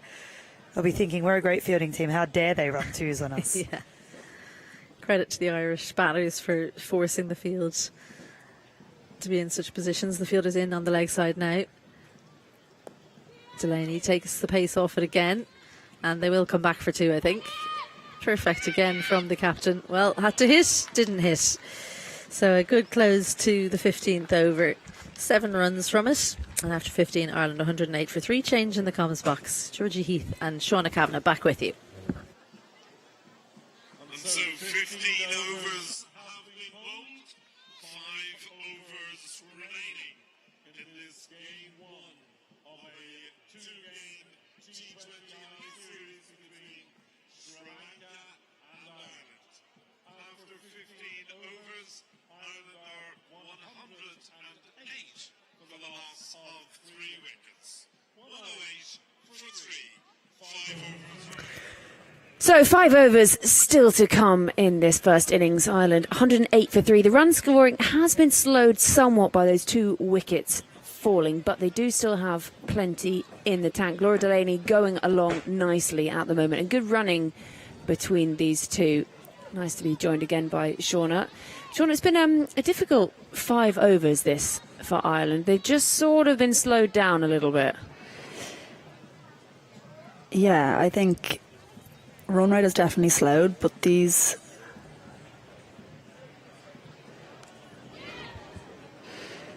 And that'll just be cut off after the 1 bounce, and they'll come through for 1. But something these 2 have done very, very well since they've come in is run hard. There's been a lot of 2s that put a lot of pressure on the Sri Lankan fielders. And I think we've got a really interesting last 5 overs on our hands here. Yeah, because we're talking before the start of play, we were saying sort of 140 they would take, this Ireland team. But then they were racing along. It's a lovely looking shot. Again, just picks out that fielder a deep extra. Yeah, For 1. I think if you'd said 140 to them at the start of the game, they would have been pleased. But then, given the start that they got, they'd probably like to be on a couple more at this point. But again, I think, we've still got plenty of batting left in this lineup. And the 2 girls here are very capable boundary hitters. So go back and do that again. When do you think they sort of start thinking, right, now is really the time to put the foot on the pedal? I think, we've 7 wickets in hand. We're only 3 down. I think. Oh, that's chipped up in the air. Fielder comes around, calls it early. Easy as you like, hands under it, takes the catch.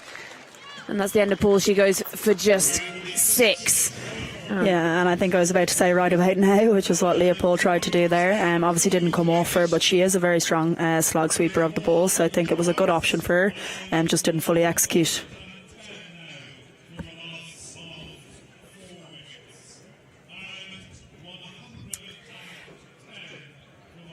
Yeah, Yeah, so we were just talking about them, having to sort of try and accelerate a little bit. She looked like she was just trying to push it, just didn't get a hold of it. Yeah, no, she'll be disappointed with that. But again, I think the right option for her. But brings Rebecca Stokel to the crease here, who...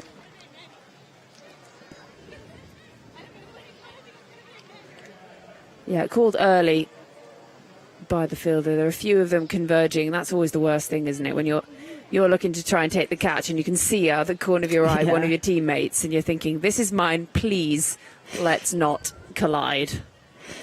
But yeah, no, Rebecca Stokel to the crease here. She's a very, very clean hitter of the ball. This is, the player that you want in the back end of your innings, the last 5.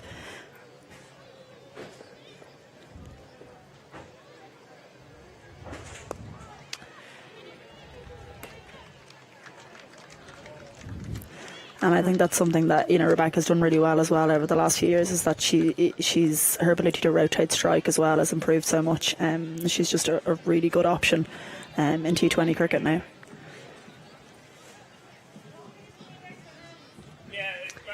Yeah, and just 24 years old as well. Another one of those young players coming through. She's out there in the company of her captain. Really good throwing in the end, but I'm pretty sure she looked happily home, and umpire Sue Redfern agrees. And it strides on in to come and put the stumps and bails back together.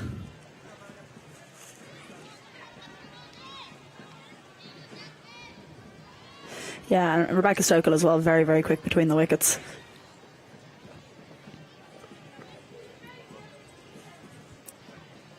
And Fernando just starts a run-up, goes back again. Picked up the 2 wickets today as a flighted delivery. Just beats the outside edge. That's a lovely delivery to close out the 16th over. So 16 overs gone, 4 still to come. Ireland after being put into bat 112 for 4. Yeah, and as you said, Georgie, Rebecca Stokel, only 24 years of age. She started her cricket career as an opening batter in T20 cricket, and she opened the batting a lot of times for Ireland and kind of transitioned into this middle order role over the last 2 years, and she's just done such an excellent job in that role.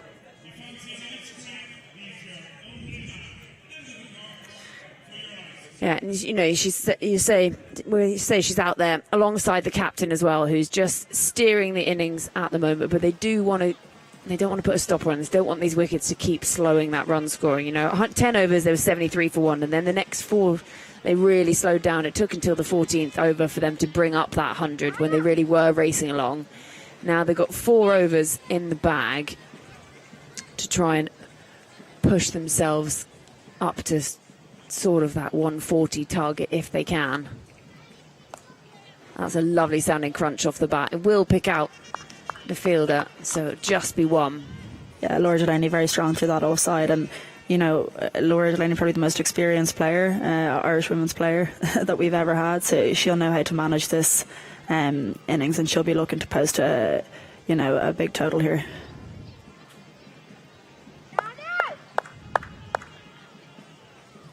And we can still hear that Sri Lankan group. It seems to be getting bigger, actually, the supporters group.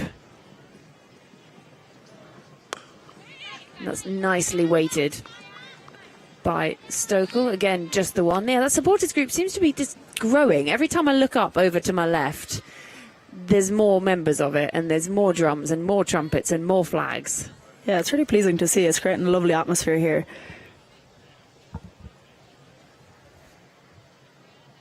Again, round the wicket, and that's again well weighted and picks out the fielder at deep cover. And so they're just working in ones at the moment, but can't really afford to just pick up the ones. They've got to start trying to find those boundaries. Just over, they've got 3.5 overs still to come. They've got wickets in hand, and I think they're going to have to start taking on this bowling. And the call is too early. And are they going to come back? No. They think about it. Yeah, and I think Kamari's making it difficult for them here. Coming around the wicket, she's batting that flatter length delivery. It's not the easiest delivery to hit a boundary off, so the girls are going to have to think about what their best options are here.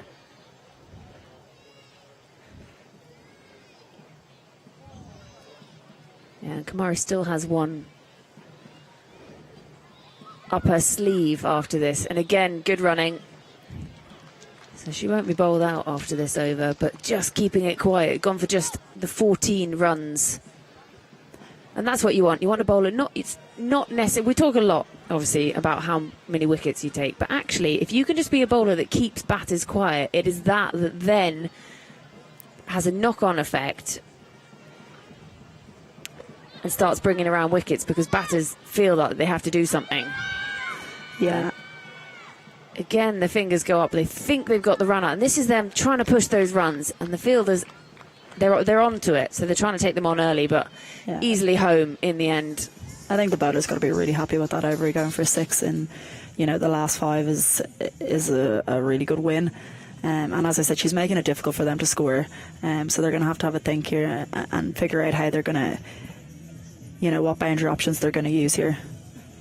So 3 overs still to come, and look, there's that Wasp telling us 149 if they continue like this, and they'd probably be very happy with that, having been put into bat. And Laura Delaney was telling me at the toss that actually they would have had a bowl first too. So after being put into bat and getting yourself up around that 150 mark, you wouldn't be too unhappy. Yeah, and I think with Rebecca Stokely at the crease, we can go at 10s for these last couple of overs here.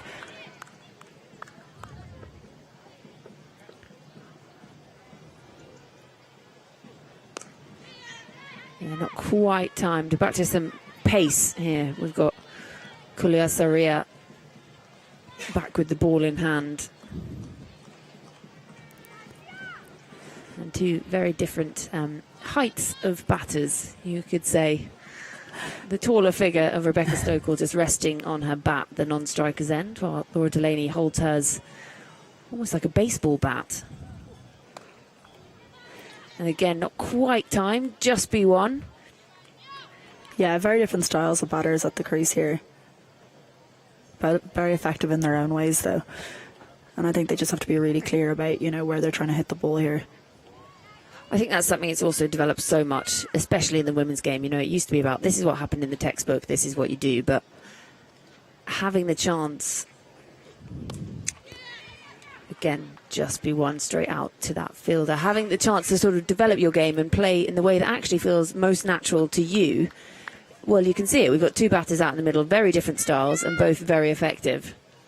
Yeah, absolutely. And I think, as a player as well, you can sometimes fall into that trap. That's well weighted. And again, picks out.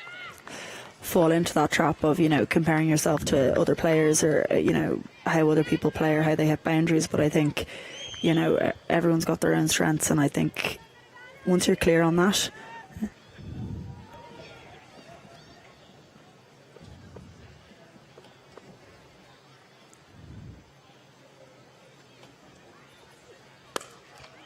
lovely noise off the bat. It's going to bisect those two fielders. And straight as an arrow, back past the bowler, picks up 4. It's been a while since we've seen a boundary. That's what they wanted to see in this over. Just going along at singles up to this. But lovely looking shot. Yeah, that's an excellent shot from Rebecca Stokely, and she is so strong down the ground. She hits the ball so powerfully. And the fielder has no real chance of stopping that there. So she moves on to 10. Slightly shorter and pulled away just for the 1. And that will end the 18th over. So 2 overs still to come. 127 for 4. That's a good over for Ireland, 9 off. I think, they keep aiming for 10s in these last 2. Get us up to, 145, 150. It's a really good total.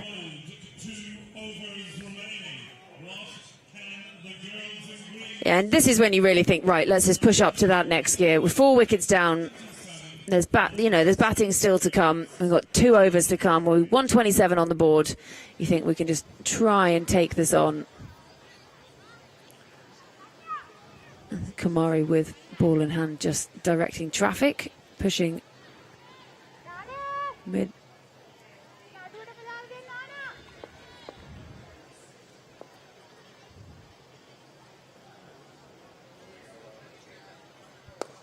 that's chipped up in the air. It's going to land safe. The fielder does well, really well in the end, coming round at mid-on. Fernando gets a round of applause from her teammates and a round of applause of appreciation from the sold-out crowd here.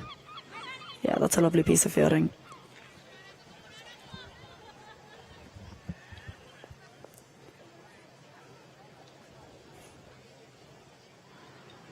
Great use of the feet, and it's well cut off in the end. But when you're that tall, she's just eating up the yards. Single easy, but she does rehearse that shot, not quite got a hold of it. You can see they are trying to take it on, but just missing her timing a little bit there, Stokel.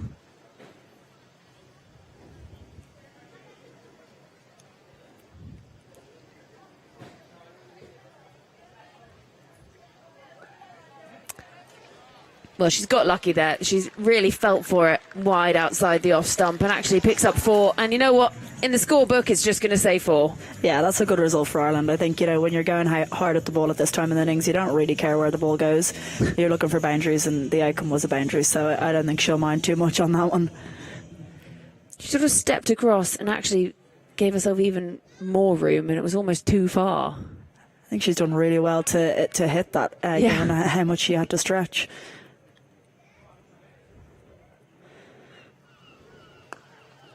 This time looks to crunch it down, back past the bowler, and direct hit. Finger goes straight up from Sue Redfern, and, well, Laura Delaney, she's got to go. Great piece of fielding. Yeah, that was a wonderful piece of fielding. She's absolutely crunched the ball to mid-off there. Clean pick up, direct hit. She had no chance there, unfortunately.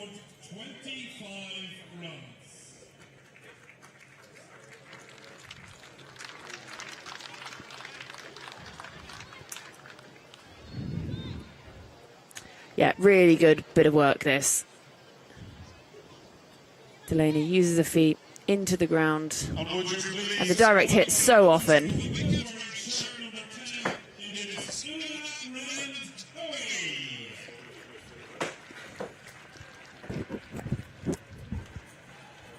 Now, Una Raymond Hoey coming out to bat for Ireland for the first time since 2019.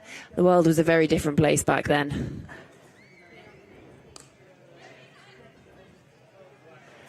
Well, direct hit, and we were about to have 2 run-outs in a row then. Yeah, I think Una will be itching to get her to get going here. She's been in Ireland now for a couple of weeks, and she's spoken about, I suppose, the challenges of transitioning from Australian wickets to Irish wickets. But she's been here for a couple of weeks now, so she's definitely been able to get used to them and adapt. And the ball's coming on here nicely, so I think she'll enjoy batting out here.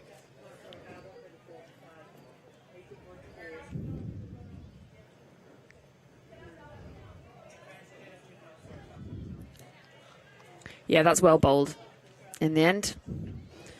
So the wicket coming in this over from the direct hit run out. So 1 over still to come. 135 for 5. What can they get themselves in this last over, Ireland? They're going to want to try and, they want 10 from this, really, don't they? Yeah, I think you're aiming at 145 here. They've gone at 9s for the last 2. I think 10 bring you up to 145. That's a really competitive total, and it's, absolutely something to bowl at.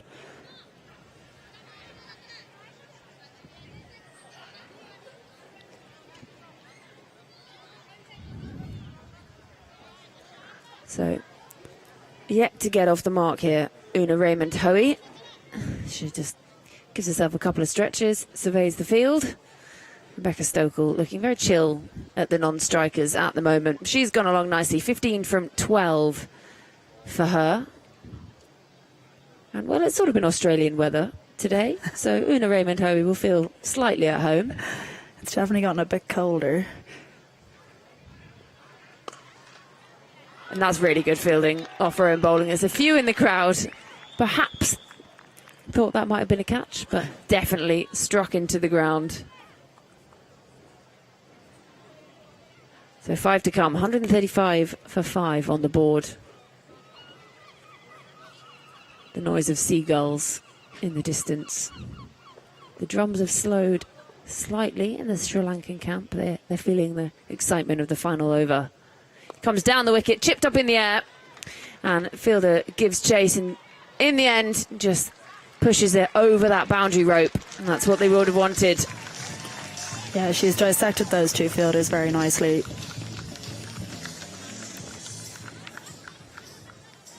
Such a composed batter, Rebecca Stokel. She always just looks so comfortable at the crease.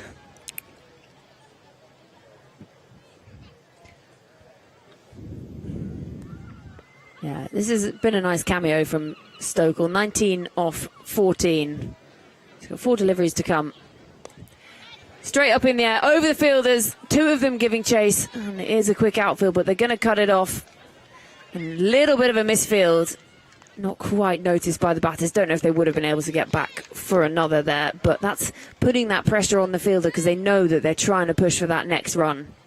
Yeah, and she hasn't hit that overly well, but, you know, she's pushed the first one very hard, straight back for 2, brings her back on strike. So 141 on the board, 3 still to come. Just waiting while the sight screen gets rolled across. Some very helpful children giving assistance.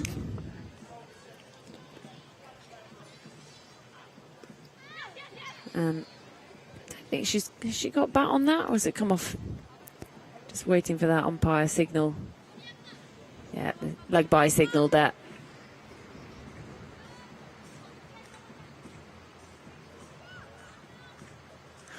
So 9 already off this over. You've got 2 to come. I think at this point you just got to swing and take it on. And she has done, and it's gone straight up in the air. It's going to land safe. And they're going to have to come back for the second and be quick. And it is good running. And it has hit the stumps, and she's got to go. She's run out. Well, there were pigeons flying. There were Sri Lankans celebrating. And in the end, I think that surprised everyone. I think everyone thought, you know, Rebecca Stokel was running to the danger end there. She got in pretty safely, very quick between the wickets. But unfortunately, Raymond Howie just couldn't get back in time. So she has to go for just 1 on her return to Irish international cricket. So 1 delivery still to come. Let's see that one again.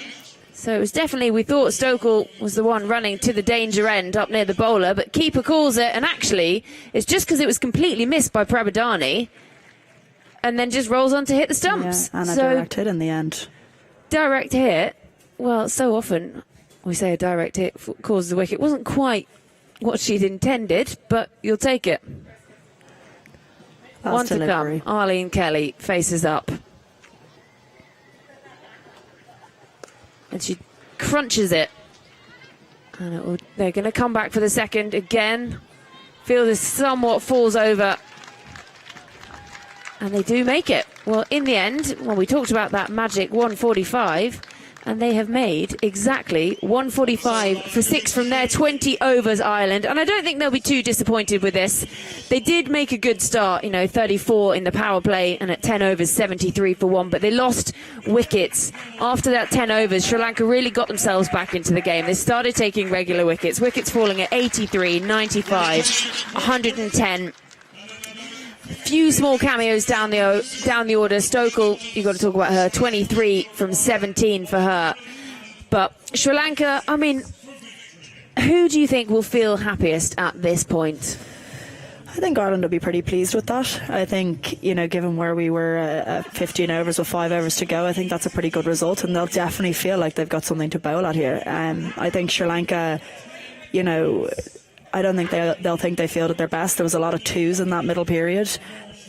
Well, Gabby Lewis, 39 for her top scoring. She looked comfortable up the top, and in the end just tried to take it on 1 too many times. And Ola Prendergast, again, looking very happy. So the top 4 making it, they were a good start there. Obviously, Amy Hunter went slightly earlier. And then that 23 from Stokel really helped get them up to the 145. The sort of magic 145 we kept mentioning. And it's almost as if we know what we're talking about. Almost. So 145 on the board from Ireland.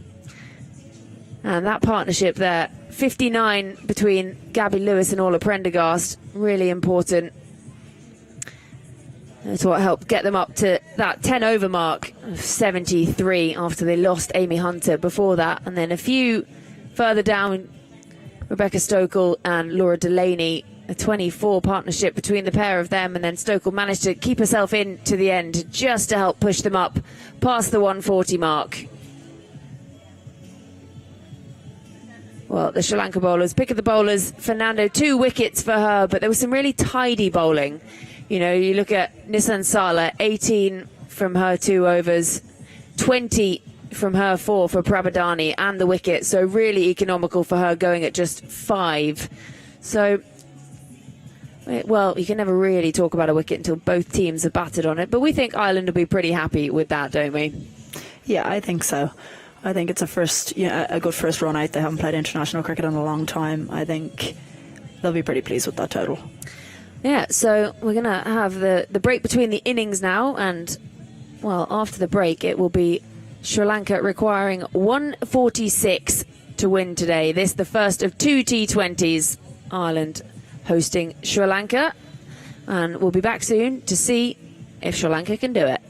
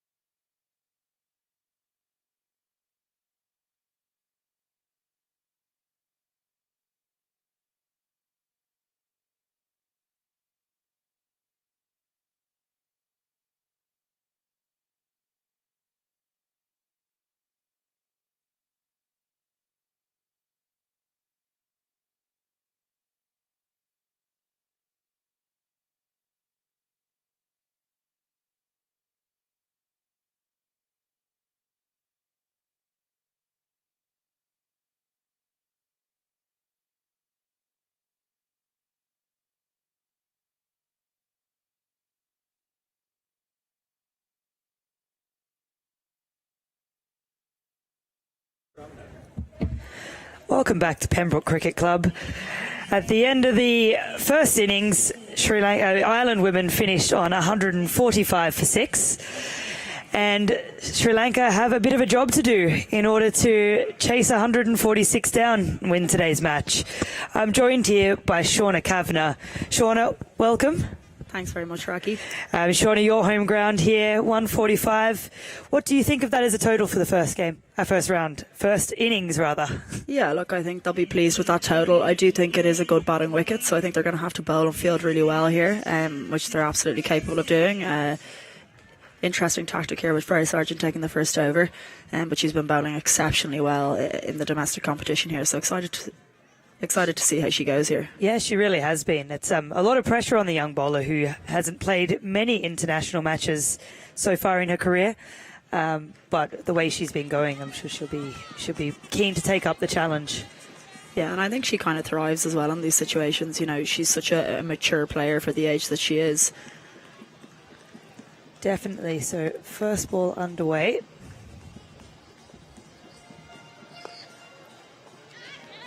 And she started off landing the ball exactly where she wants to there. Good start from Freya Sargent. And Isabel Joyce is joining me in the commentary box. Isabel, I was just talking to Shauna about 145 as a score. What do you think about that as a total? Well, I thought at the halfway point that at the halfway point in the first innings that they would be looking for upwards, but probably 150 would have been their bottom that they would have been aiming for. But yeah, 146 is challenging. You're in a new country, you've not played in the conditions. If you can get a couple of wickets early, especially the likes of, in particular, Vishmi Gunaratne and then Samara Vikrama, then you should be in with a good chance. Good to see Freya Sargent with the new ball in hand, the young off-spinner. She missed out, of course, in the global qualifiers because she was doing her leaving cert.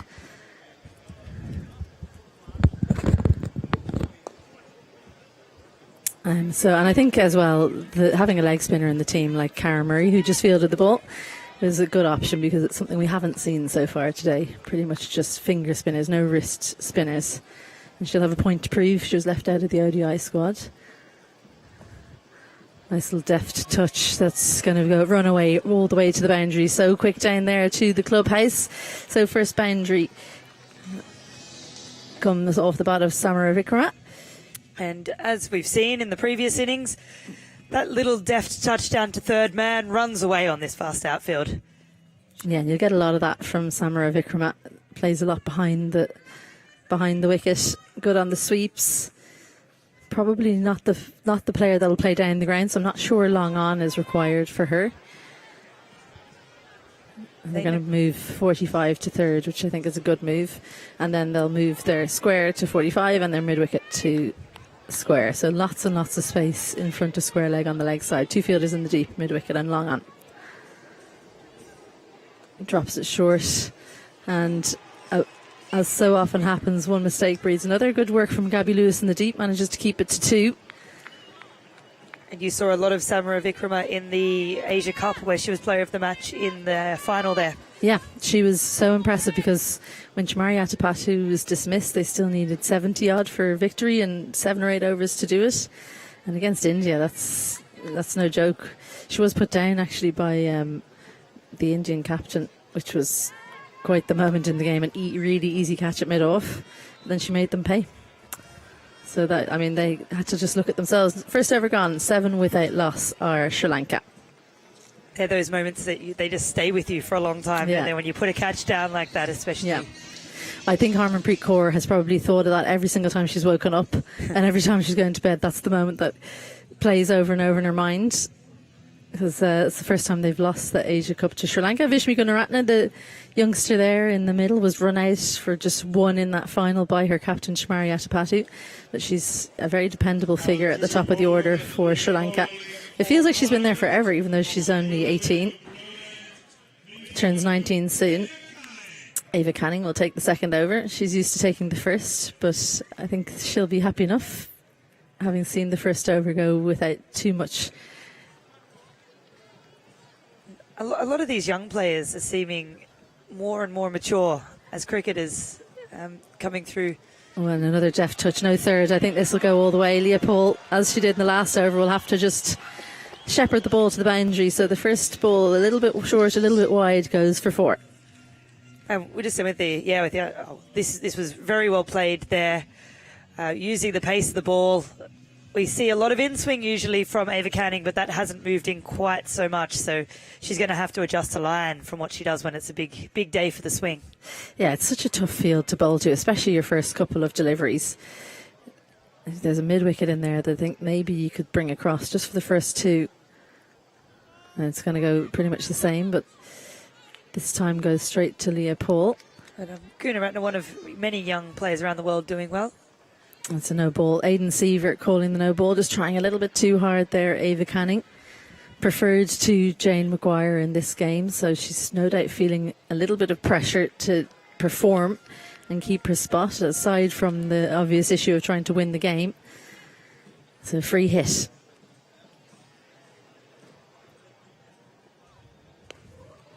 Well, the field is all out in the leg side, but that one will go all the way for 6. That has gone a long way there. That is a huge hit.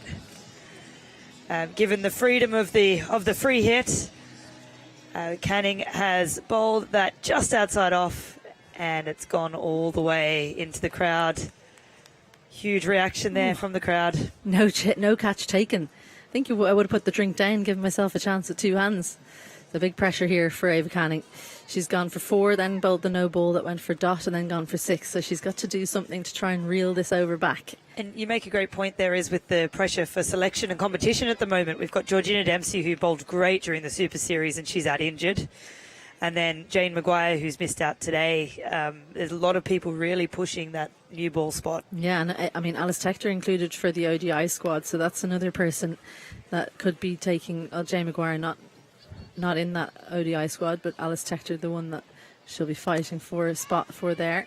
And see, this is why I wonder why that fielder's in mid-wicket, because it's so easy to get a single either side of her anyway. Why not have her in third and just give your bowler a little bit of leeway to bowl outside off, even though your protection is on the leg side. So the field will change for the left-hander. Cover is out. Deep mid-wicket out as well. And a square leg in, so the gap is mid-wicket for a single, but the boundary option is probably over square leg if Samara Vikrama wants to take her on. They must have heard you there, but you're absolutely right. The amount of runs today that have been scored behind third, into third. Oh, beautiful strike through the offside, a little bit of width. Good hand from Maguire. Not sure who she's on for, actually. And in fact, that could have been a run out, but the throw is just not quite good enough from Freya Sargent. I'm just trying to see who Maguire would have replaced there. It's not looking completely obvious to us. I think it might be Una Raymond-Howie, in fact. No, is she in mid-off? We'll come back to that. We will, we'll figure it out. Yeah. There's the clubhouse in Pembroke Cricket Club. It's such a good club for club cricket here, Pembroke. So many internationals from this very club, not least Lord of Prendergast, who we saw with the bat and we'll see with the ball in hand, no doubt, very soon. They're very proud of their internationals, and they've got a lot of young girls coming through. Yeah, and obviously lots of male internationals as well. Andy Balburney, Lorcan Tucker, Josh Little, to name a few. Barry McCarthy. I don't want to keep naming them because I'm going to forget someone, and then yeah, you don't want to get in trouble. Yeah, good work from Maguire in point. They decide not to take on the misfield. So a very eventful over, an expensive one as well from Ava Canning. She went for 15 in that first one. Sri Lanka well set after 2 overs, 22 without loss. 2 overs have been bowled. Sri Lanka 22 without loss.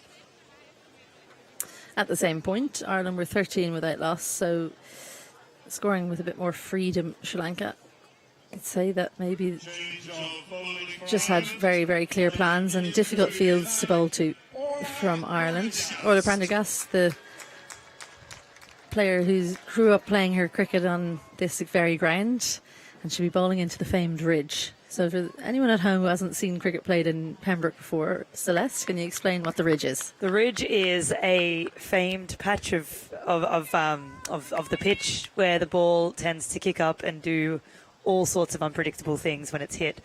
So it's a little bit short. It's a little bit short for what the Sri Lankan bowlers were bowling, but someone with the pace and bounce of Prendergast can fully expose the Ridge and use it to their advantage.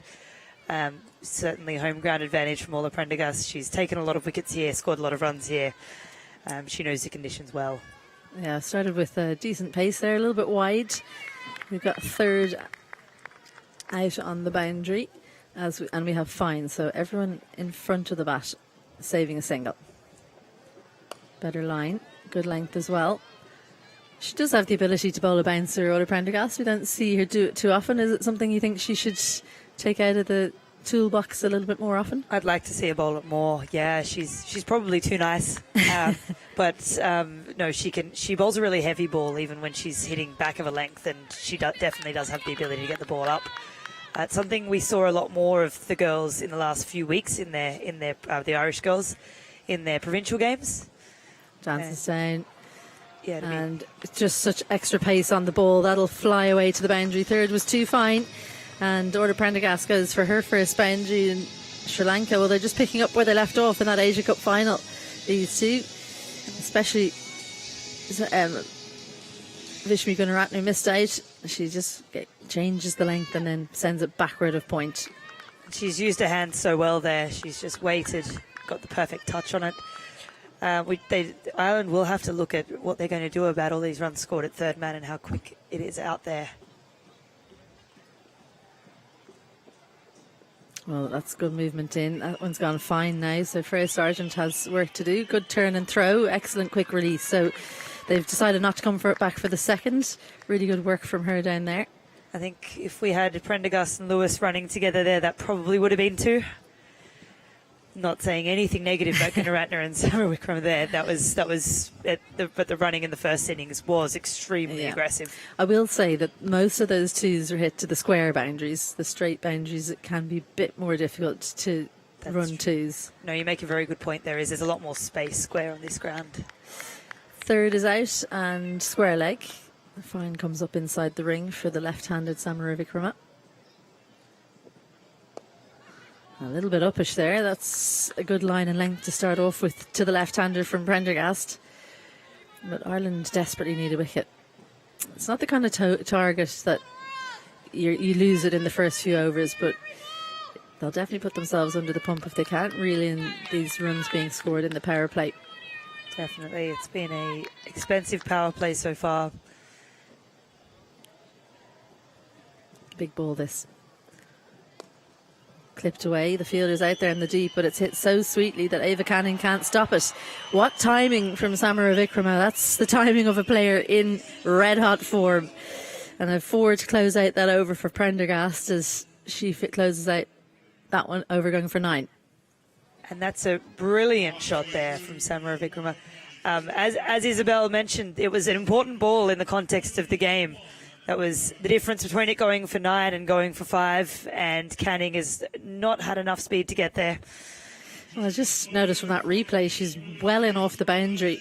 And I know they're worried about twos, but I always think worry about the 4 first. Was it necessary to be in off the boundary there from Ava Canning? I think that might have made the difference there. I don't think it would have gone for 4 had she been coming around from the rope. Arlene Kelly, the new bowler. She is someone that Ireland turn to when runs are being scored freely. She's probably the most skillful bowler in terms of seam bowlers in the Irish team. Hails from New Zealand but has Irish heritage and has swapped New Zealand for Ireland for the last number of years. She's been a great servant. Bowls in swing. She has been someone that has been very effective for them. She averages 13 with the ball, which is significantly better than anyone else in the team for their career. Perhaps we always say these career stats are a bit skewed when some of the other players might have started at 17 and Arlene came in at 30 as a seasoned veteran. But that said, you can't overstate the impact that she's had in the last few years playing for Ireland. Yeah, and the kind of lack of pace. Now, I know Ava Canning doesn't bowl with any great pace, but she's much taller, so she kind of has to bowl it a little bit of a shorter length. So Arlene Kelly able to bowl it right up in the block hole, swings the ball in, and then she has her slower ball where she rolls the fingers over. So just a quiet over here would be exactly what Ireland would need to try and wrestle back some control in this fixture. There's the slower one. Oh, beautiful timing. Oh, how about that? Gunnar Ratner, that's classical batting at its best. Has a little walk down the pitch, stays on top of the bounce. Beautiful balance, 4 more. That's so well weighted by Gunnar Ratner there. And this is often a ball that people would play a little bit too early and get deceived by the slower ball. Gunnar Ratner was well and truly ready for it, stayed very still. Yeah, it's just the extension, isn't it? Right at the end of the shot to send it wide of Arlene Kelly. Just slightly leg side. And there's another slower ball. It's skewed away to the leg side. The 2 fielders in the deep are right there. Just the one, I'm quite surprised they only ran 1 there. That was 2 written all over it from the moment it left the bat. Yeah, a strange decision to only run 1 there, but yeah, Arlene Kelly going the slower ball after already being hit for 4 with the previous one. Brave decision to follow it up with another slower ball. To show you the confidence she has in that slower delivery. And you're right, is with her being similar speed, if we had the speed gun to Ava Canning, but it certainly feels like the ball's coming to a bit slower when Arlene Kelly's bowling compared to Ava Canning. Yeah, once again, a dot. She did go for that boundary, which, you know, is more a good shot than a poor delivery, which I think is the difference when you're playing against top nations. And I do count Sri Lanka as a top nation, especially considering that Asia Cup win.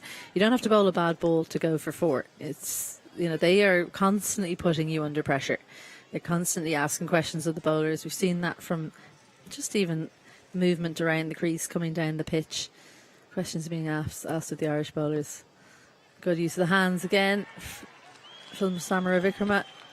Gabby Lewis just about managing to stop that one. Good fielding in pairs as well. Freya Sargent coming all the way around from third to throw that one in. So 2 to close out that over. 7 runs in the 4th. And after 4, it's 38 without loss. So reasonably quiet over by standards of what the previous ones have been. But that said, it's still well and truly hitting the required run rate without too much difficulty from the Sri Lankan batters there. Yeah, first over went for just 7. That was Freya Sargent.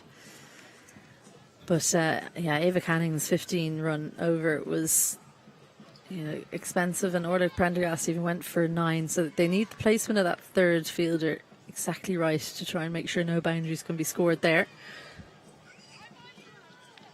They're opting to stay with her.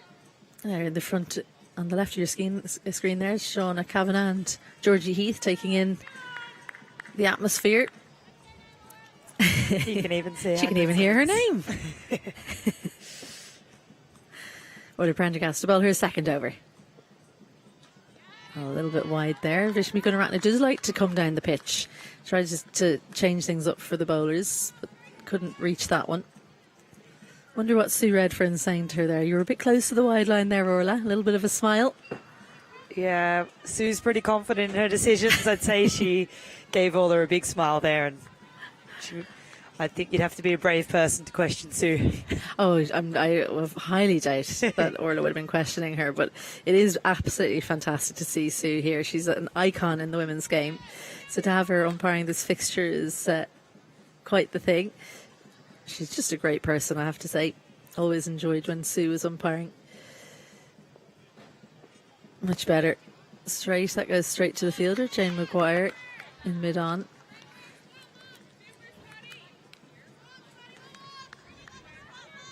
Two very valuable dots in a row, and as we say, when there's 2 dots in a row, something often happens on the third ball. Well, just talking about Jane Maguire, she's on the field and she is 12th. I think it's Una Raymond Hoey is off the field, so hopefully nothing too wrong there. She did get run out near the end of the innings there. Straight to the fielder, Ava Canning does well. Those ones are difficult because it took an awkward bounce. She managed to smother it and make sure it went for no runs. Good start to this over from Prendergast. Tough job for Raymond Hoey coming in right at the very end of the innings. few balls to go. It's never an easy time to come in. Yeah, and look, it's a specialist position, and I don't think it's something that she, has spent a lot of time in her career doing. She's generally a top order batter, but she'll relish the challenge, and it's something that she'll want to add value. Another change in the length, nice contact, but hit too well to get the single from Gunaratne. Nice little battle going on between these two.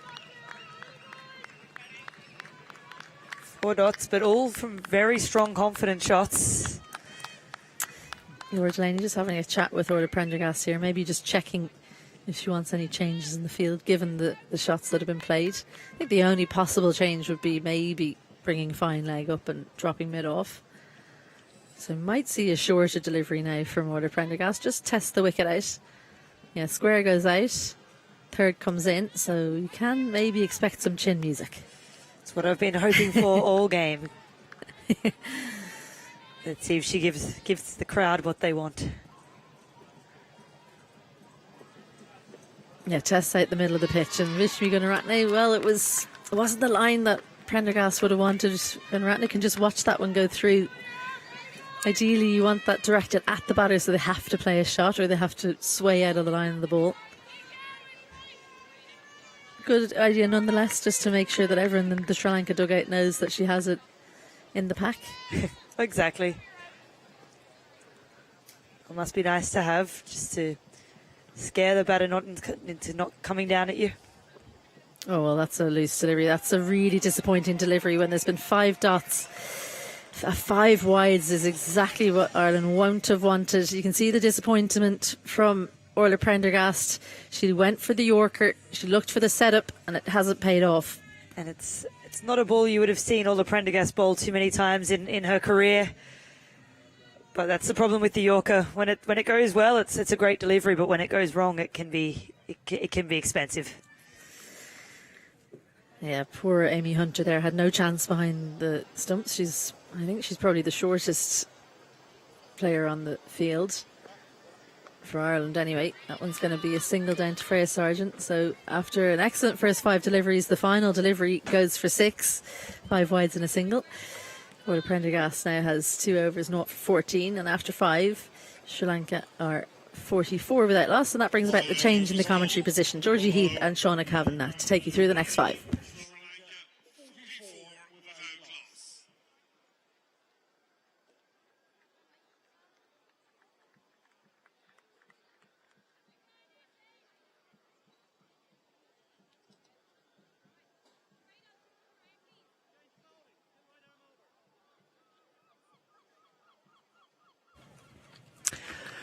Right, so 5 overs in, Sri Lanka going along nicely in this chase, 44 on the board, and Ireland, well, they really need a breakthrough here. We thought they were building some pressure in that previous over, building up the dots, Orla Prendergast, and then just release the pressure in that penultimate delivery.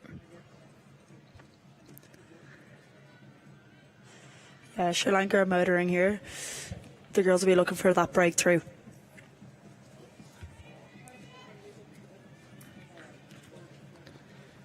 And we can hear the Sri Lankan drums banging away happily. Well, Canning, an expensive first over for her, 15 coming from it. She's going to want to come back fighting in the second over. That's a good line. Good start to this over from Canning, 2 dots.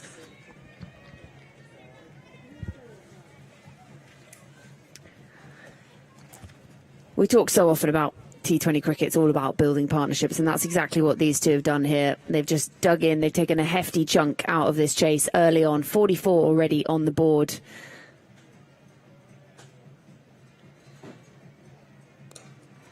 And also, something we've mentioned so much as well already in this game is the absence of Chamari Atapattu, and this is exactly what we were looking for actually from the Sri Lankans. This is their chance to really show up and say, actually, you know what? This isn't just the Chamari show. Look what we can do too. Samara Wickrama, 69 not out in that Asia Cup final. That really helped get them over the line. And Vishmi Gunaratne starred and captained that under-19 team at the World Cup last year. Just coming down the pitch to Canning, who tries a bit of football in a follow-through. Perhaps won't be making the the Irish football team anytime soon. Yeah, this is really good from Canning. She's found her line of length here.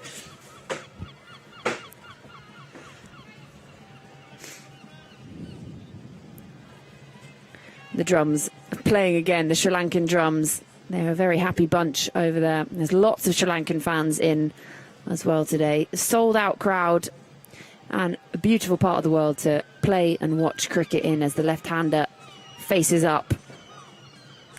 Gives it a big swing, and she's got a hold of that, and that's going to be 4. Just missed her length slightly there, and the batter capitalises on that, hits it through the leg side.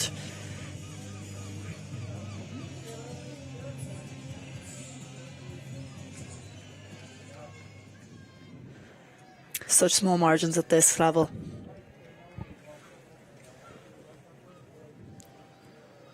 Score moves on to 49, 1 to come in this over. And that's nicely played, and that brings up the Sri Lankan 50, the 50 partnership between Gunaratne and Samara Wikwama, and also the end of the power play. 6 overs gone, 50 for none.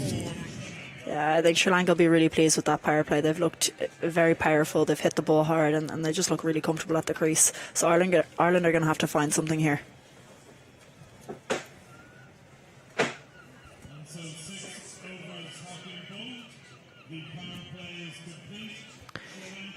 Yeah, and really, they've just got to try and break this partnership. I know we say it so often, but that is so crucial. They just dug in these two, nicely rotating the strikes, sharing the run scoring. Yes, Gunaratne, 24 from 25, but Samara Wikrama, 19 off 12. And these are the two openers, and there's still a lot of batting to come.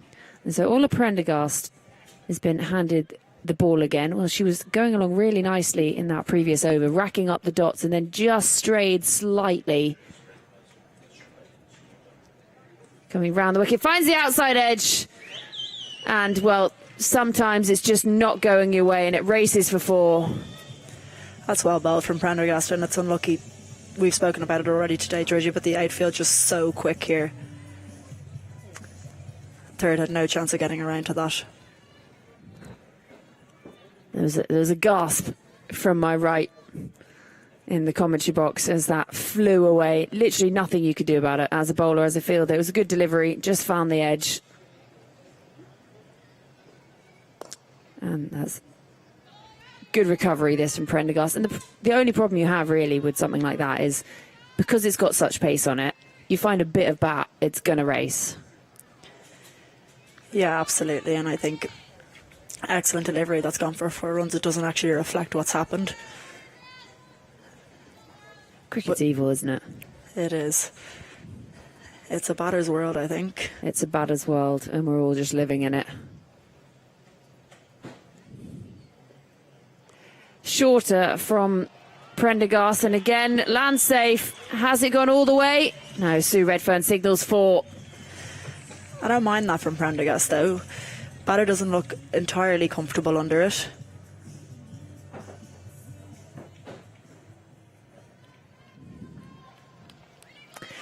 And at this point, you know, you think you do have to try something different. And if she mistimes that, it's skewing straight up in the air. It was only a few yards to the right of the fielder.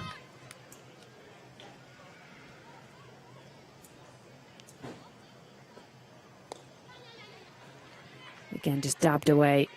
And they think about coming back for a second, decide against it, even with the misfield. Yeah, I've been really pleased to see where to bring that bouncer into her repertoire this year.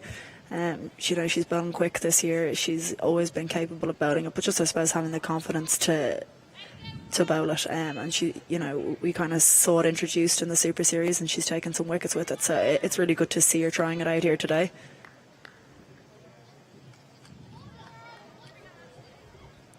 She tosses the ball up to herself with that scrunchy in. A little stutter at the top of her run. That's good delivery, that. Keeping a batter honest.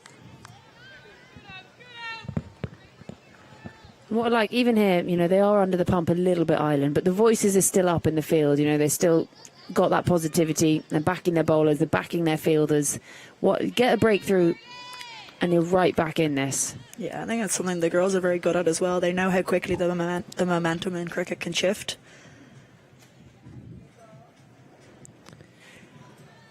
Well, that's just lovely. That's an absolute peach of a delivery. Ola Prendergast. Swing and a miss from Gunaratne.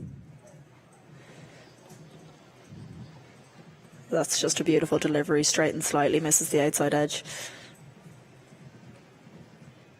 7 overs gone. Sri Lanka 59 without loss. That target is 146. And they're comfortably in the driving seat, you would say, at the moment. And I think their fans agree with us. The trumpets, the drums, the flags, it's all going on in the Sri Lankan corner. You can't really call it a corner, can you, when it's round? No, but it looks like quite a lot of fun over there. I like that they're positioned nicely behind the hashtag backing green as well. just a Sri Lankan flag placed over it. Draped over the front.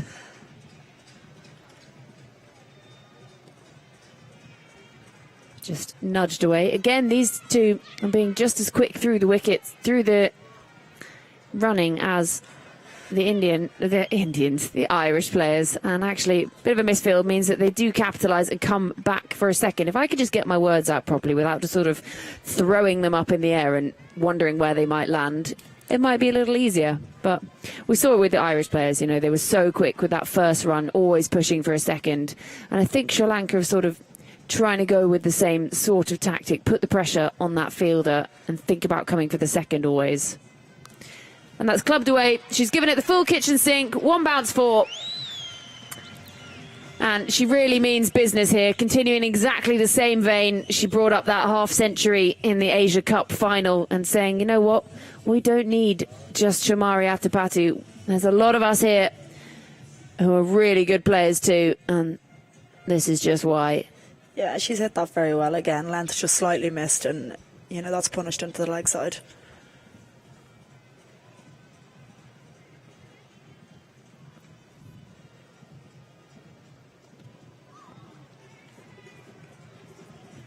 That's well stopped in the end. Just trying to cut it away.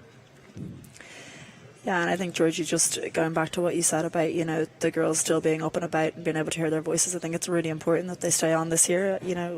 As I said before, the momentum in cricket can shift so quickly, particularly in T20 cricket, and they've just got to stay on top of this, keep the energy up, keep throwing themselves around in the field, and keep trying to find that breakthrough.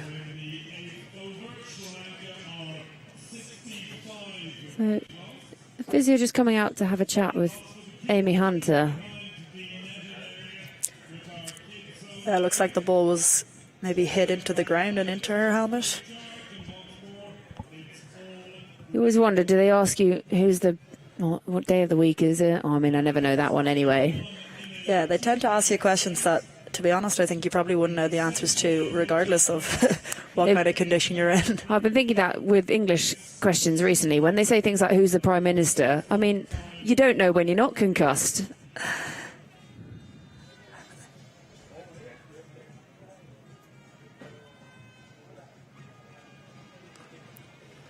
Again, nicely played.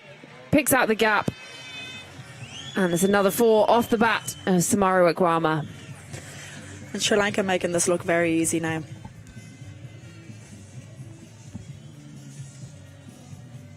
Yeah, well, we were saying in the first innings, we thought 145 would be something they'd be pretty pleased with. Ireland putting up that score. It was exactly what we'd said, and then they made it. But this is just making it look like a very different wicket. They obviously won the toss and decided to have a bowl first, the Sri Lankans. Yeah, and I think, as you said, Georgie, it's always very hard to judge a wicket until you see both teams bat on it. But yeah, Sri Lanka making it look like a very good batting wicket here. I think perhaps where Ireland might have fallen down is just losing some quick wickets, through 10 to 14 overs. That's when the run scoring really started to slow. They started nicely, and then that second wicket partnership, the 50 partnership, just was building nicely. And the ball's going to win this race as well. A very expensive over this. Yeah, and boundaries are flowing now.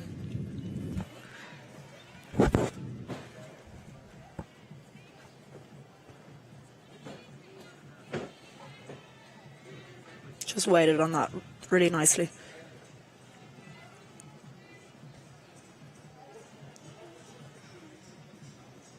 So in the end, 14 coming off that over. 8 overs gone. 73 for none on the board. That target 146. So chewing up the runs needed halfway through, and plenty of time in hand, plenty of overs. We're going to have a change of bowling.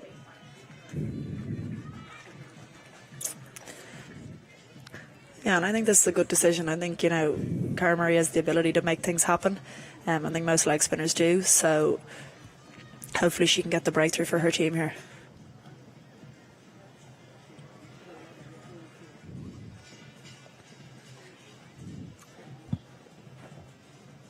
Well, not the ideal start, just getting stuck perhaps in her hand a little bit. I'm always so impressed by leg spin. It's just completely beyond me as a talent goes. And then flighted and just dug out by Gunaratne. They'll come through for one. Yeah, that's a better length by Murray. That's what she's trying to do, get the ball up there. Start asking questions of the batters.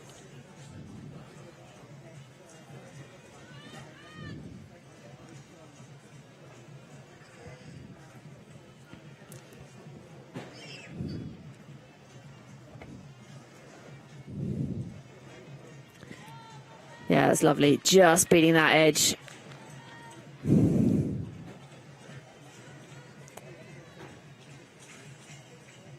Now, I'm impressed by this. This is sort of the mental side of it. Your first ball, you really miss it, goes for a wide, but then to back it up with just the single and then beating the edge. And then again with the dot. This is really nice. Yeah, this is really good bowling from Cara, and, I think she's a very resilient cricketer. I think you kind of have to be as a leg spinner. You have good days and bad days, but this is a really good over given that start.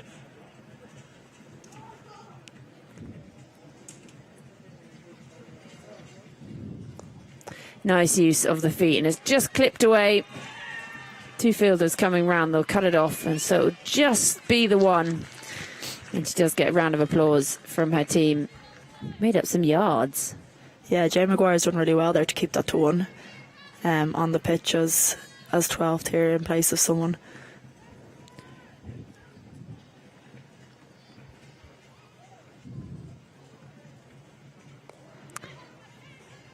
Yeah, well fielded off her own bowling.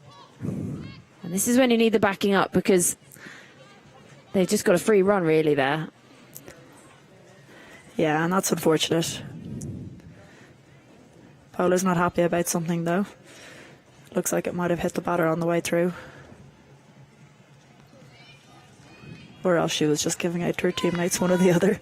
Yeah, I mean, well, she was the one who threw it. But we'll ignore that. That's tough though as a leg spinner. You've bowled a good ball, it's been knocked into the leg side for one, and then it ends up being 2 runs. Yeah, and that's well weighted. Nicely played off the back foot. And this has actually been a really good over, this. Turning to Murray. It started it with a wide, but backed up really nicely. And the end of 9 overs, Sri Lanka 79 for none. So where do you turn at this point? If you're Laura Delaney, who do you turn to? I think I probably would have gone 2 options. I think Freya Sargent was definitely one of them. Get spin on at both ends. See if you can create something here. Or probably bring the captain on herself. Very successful bowler in T20 cricket. Super consistent, just makes it hard for batters to score. So I think something I often find, especially in T20 cricket, is that captains don't bowl themselves enough. It's almost like you don't back yourself as that person. You don't want to go, it's me, I'm going to make the difference. But like you say, you can bring yourself on at this point. Nicely played again. Absolutely, and I think, Laura Delaney particularly, she's very modest. So I'm sure she falls into that trap a lot. But she's one of Ireland's best bowlers. She's taken a lot of wickets for Ireland. And she has the ability to pull games back and change games. So I'd definitely be looking to her soon. So into the 40s, Samar Wickrama. And a heavy strike rate as well. 43 off 25 to her name. And the hand just comes off the bat as she plays that one. It'll just be the one run. She moves on to 44.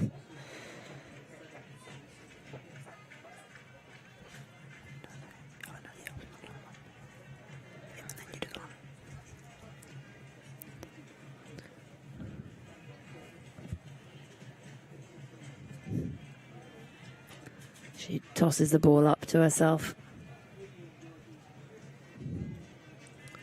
Again, played off the back foot, just not quite timed. And I like this introduction of spin is just keeping the batters honest. And like we say, just try and build some pressure, build the dots, try and make them take it on, do something could be the key to making that breakthrough.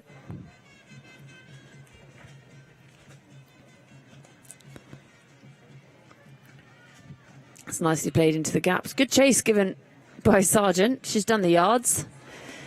Yeah, and I like this bowling partnership. Two very different spinners. Freya, very consistent, low economy rates. Makes it difficult for batters to score. And then you've got Cara Murray at the other end who can make things happen. So I like this partnership.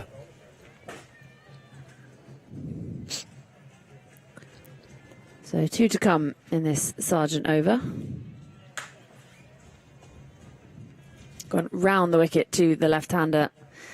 And she's doing the yards as the bowler, really getting herself around, fielding off her own bowling, and they do scamper through just for the one. So 1 to come in this, the 10th over. Field changes round the right-hand, left-hand combination.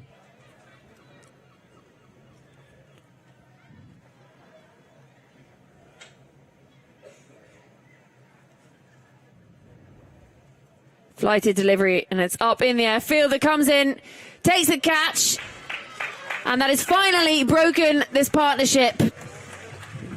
And Ava Canning out there on the boundary at deep mid-wicket. That was a low catch, low to the floor, and she gets the high tens all around from her team. And finally, this partnership is broken. The openers put on 83.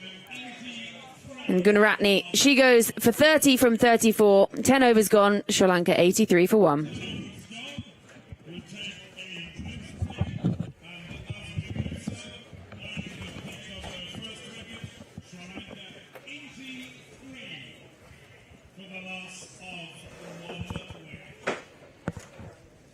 Well, thank you to Georgie Heath, who's gone off to have a cup of tea. She drinks more tea than the Irish. Everyone watching will be glad to know. Means she's more Irish than the Irish themselves. Isabel Joyce here, and delighted to first stint with Shauna Kavanagh. Been listening in the background. How are you finding it, Shauna?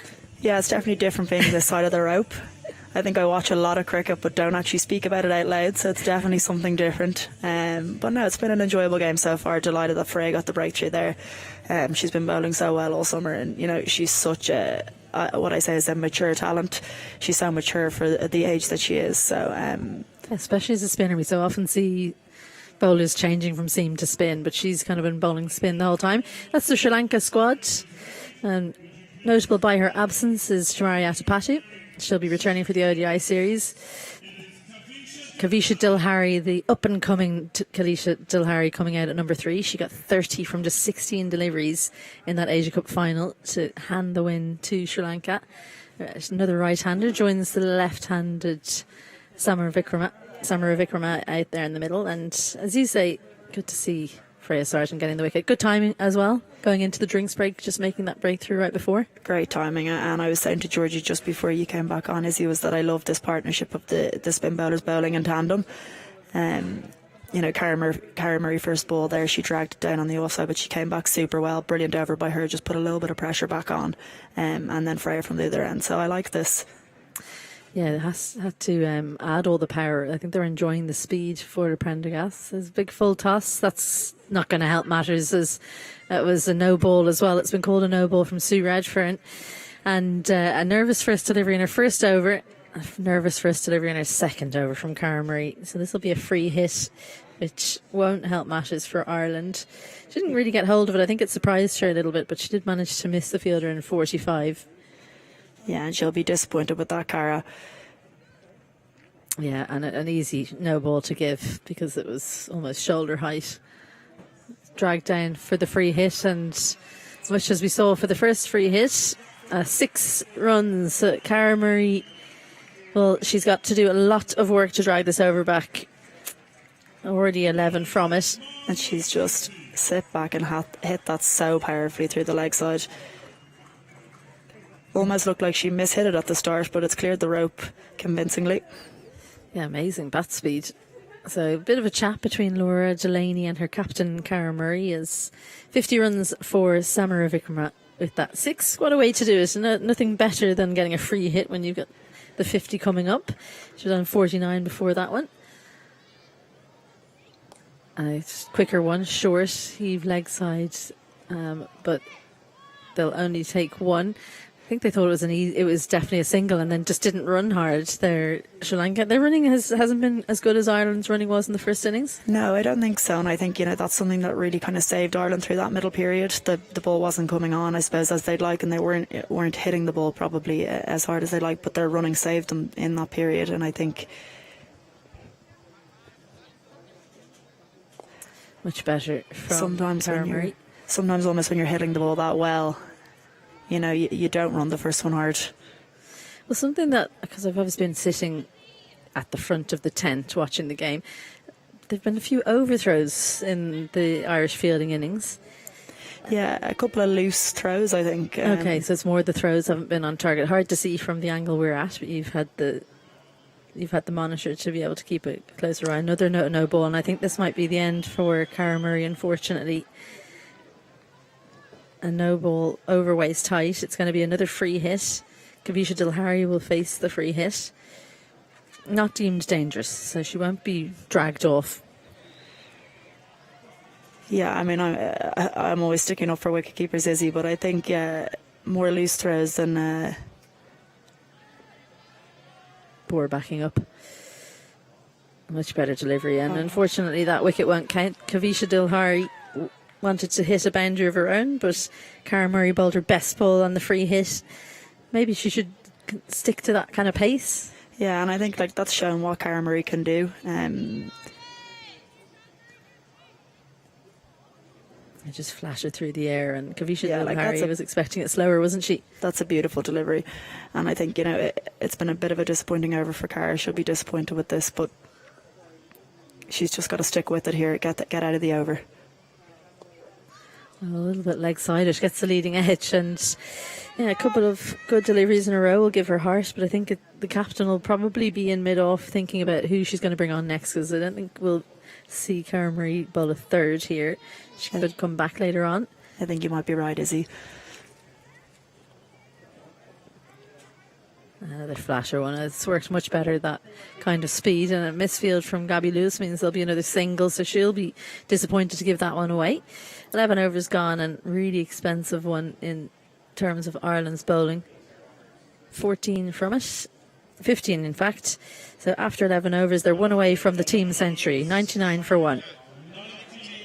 Yeah, and I think that just shows, as we were talking earlier, about the momentum shift in cricket. You take a wicket, you get the breakthrough, and then an over like that, it kind of shifts the momentum back into Sri Lanka. Cricket's a tough sport, particularly T20 cricket. Yeah, great to see all the supporters in. We did mention it's a home fixture, but I'd say if you were to line up all the Irish supporters and the Sri Lankan supporters beside each other, I don't know who'd win. There is plenty of Sri Lankan supporters in here today, probably more than we expected. Yeah, great to have them here. Hopefully they're enjoying things. And I know that's the century up for the team, and they've done it in the 12th over.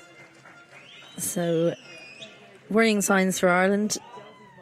They just need 46 more runs, Sri Lanka, 53 deliveries to win, and they've got 9 wickets in hand.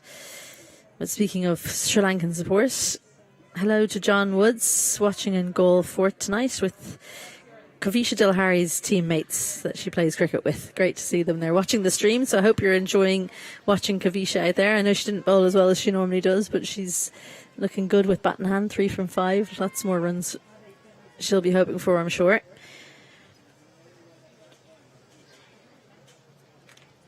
Freya Sargent bowling her third over, a little bit short, helped round the corner, and lots of work to do for Stokel.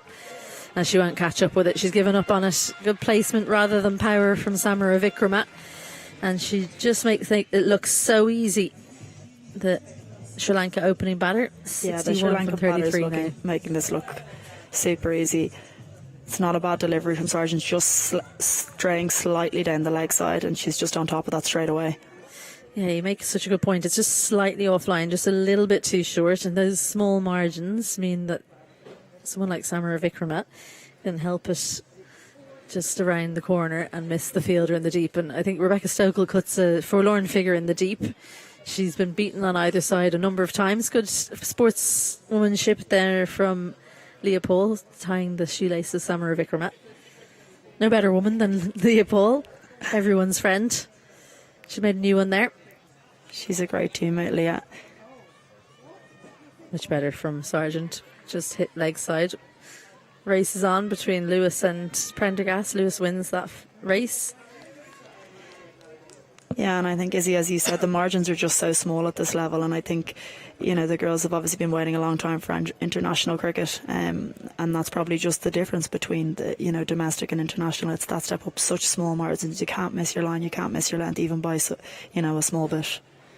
Yeah, and such a good batting pitch as well makes it even more difficult for the bowlers. Ava Canning, I think, struggled a little bit. So I wonder, Jane Maguire on the field now. We talked about kind of off mic about the difficulty choosing an 11. So does that come into it a little bit, that you're kind of bowling for your spot? You feel like someone's coming for it from outside, not just outside the 11 in the squad, but even outside the squad that's been picked for this series? Yeah, definitely a little bit. And oh well, misfield from Leah Paul. She would hope to stop that. I think she did maybe get a little hand on it, so it's slowed it up, but it's 2 more runs to the total. And I think you look at our bowling stocks at the moment, we have such good depth, particularly, you know, in that opening bowling role. There's plenty of people that could come in and do that. You've got Orla Prendergast and Ava Canning, obviously, who are both on the team today, but then Alana Dalzell and Jane Maguire, very accomplished opening bowlers. So it's... That's too short again, and with the spin, that's going to be easy pickings for Kavisha Dilhari. They just seem to find the gap with ease, this Sri Lankan team. Young team coming up. Well, no Tamari Atapati, don't worry. We'll hit the boundaries just as well as her. 12 runs from the over, 111 for 1. You were talking just about that opening bowling. Yeah, and I think, you know, it's a really good sign for Irish cricket, and I think even, look, obviously Alice Tector's been brought into the squad for the ODIs as well, another opening bowler, a way swinger with a little bit of more pace. I think if you look at where we are from an opening bowling perspective, it's really promising, and that competition is very much, you know, making everyone progress and come on. Yeah, I mean, I think it's the hottest topic is who's going to open the bowling, because it's about 6 or 7 that, you know, you'd be comfortable handing the ball to, and then Freya Sargent takes a new ball instead. So, and you know, she did a great job. She went for just 7 in that over. Well, I was wondering when we might see the captain, Laura Delaney, such a popular figure in Irish cricket. I loved seeing that video, which I don't know if you saw it on social media, where they handed the camera over to the next person. They said, "I'm handing it to the most competitive person." I did see it. And it was Laura Delaney. Straight on the money, as she so often is. I think anyone involved in Irish cricket knows that Laura Delaney is the most competitive person. The only person probably to give her a run for her money ever was Claire Shillington. I was going to say, I still don't know which out of the two. I reckon Laura's just more quietly. Yeah, we probably didn't get both of them alongside each other for long enough to make a call on it. No, they were played together for years, but I think just, you know, Schiller's used to wear her heart in her sleeve a bit more. Oh, good little delivery there from Laura Delaney. She's someone who people underestimate, I think, especially if they haven't seen much of her. Yeah, she flies under the radar massively. You know, she's I was saying to George earlier, she's been so successful with her bowling over the last couple of years, and she's done, played so many roles with the ball. We've seen her obviously as a very successful depth bowler, but she's just a miserly bowler. She makes it really difficult for the batters to score, and she's got brilliant variations. Yeah, there's one of the variations there, rolls the fingers over it. And I think, well, I mean, a measure of those kinds of bowlers, certainly when I captained, Laura was in the team, when you were in any pressure situations, she was the one you threw the ball to. And she relished that, and she still relishes it. And it's even more difficult to do it, I think, when you're captain, because you don't know when to bowl yourself. Exactly. And I think, even... Little shift leg side in the deep. Cut. Oh, brings herself on, makes the breakthrough, does Laura Delaney. Just a little change in the pace, and Kavisha Dilhari didn't get a sweet enough contact to send it over the boundary. She opted to take on the fielder in the deep. The sub-fielder, Jane Maguire, settles underneath it, takes an easy catch in the end. So Ireland have their second, another catch, and Kavisha Dilhari goes for 9. Sri Lanka 112 for 2. Yeah, and look, that's what Laura Delaney does. We were just speaking about it. She has the ability to change a game. She takes a lot of wickets, flies under the radar. So delighted for Laura there.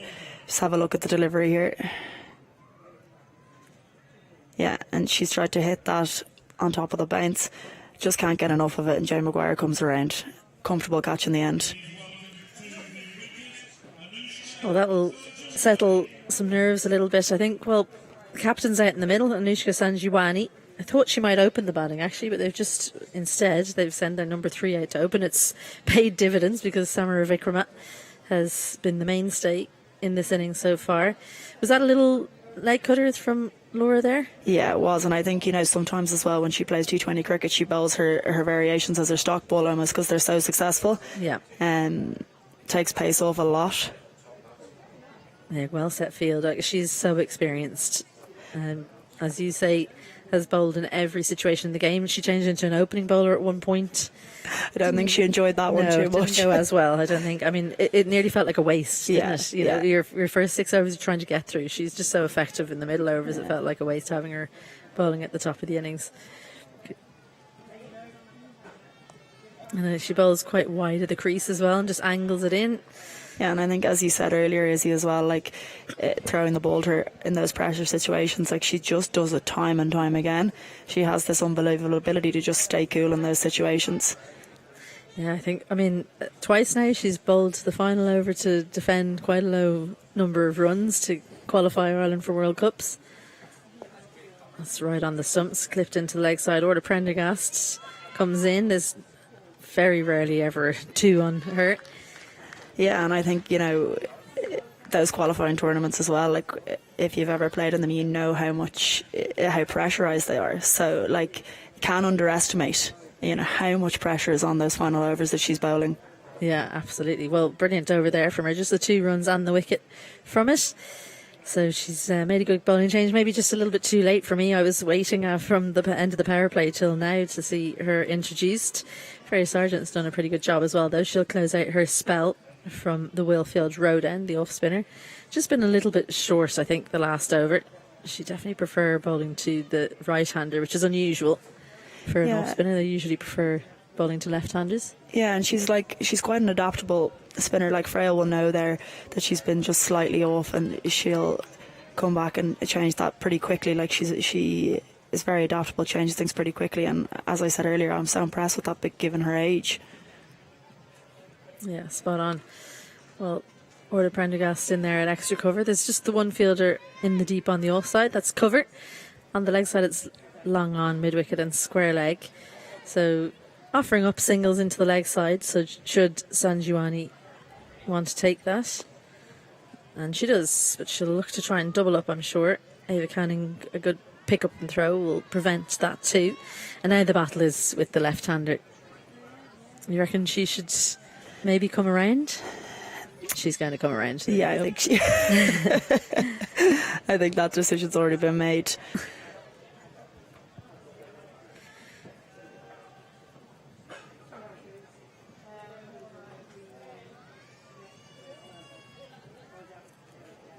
Full toss hit into the leg side, goes straight to Rebecca Stokel. Just one bounce into the hands. I think for a second there, Samara Vikrama would have been worried that had found the fielder exactly, but she actually didn't get all of it, which kind of saved her in the end. Yeah, and I think, most players have done it before. They hit a full toss straight down the throat of the deep fielder. So I think I did it every single time I was out for about 5 years. It full toss is lethal. One of the most frustrating dismissals. Yeah, as a spinner, it's not great training, is it? No, I don't think so.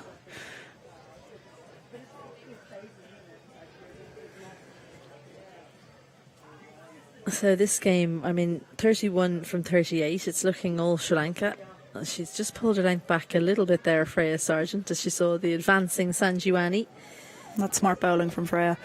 They seem a little bit quiet out there in the Middle Ireland. Do you think they'll just be disappointed with how they've executed with the ball in hand? Yeah, there's definitely, they're a bit flatter. They've lost a bit of energy. I think they probably feel like this game is only going one way, but,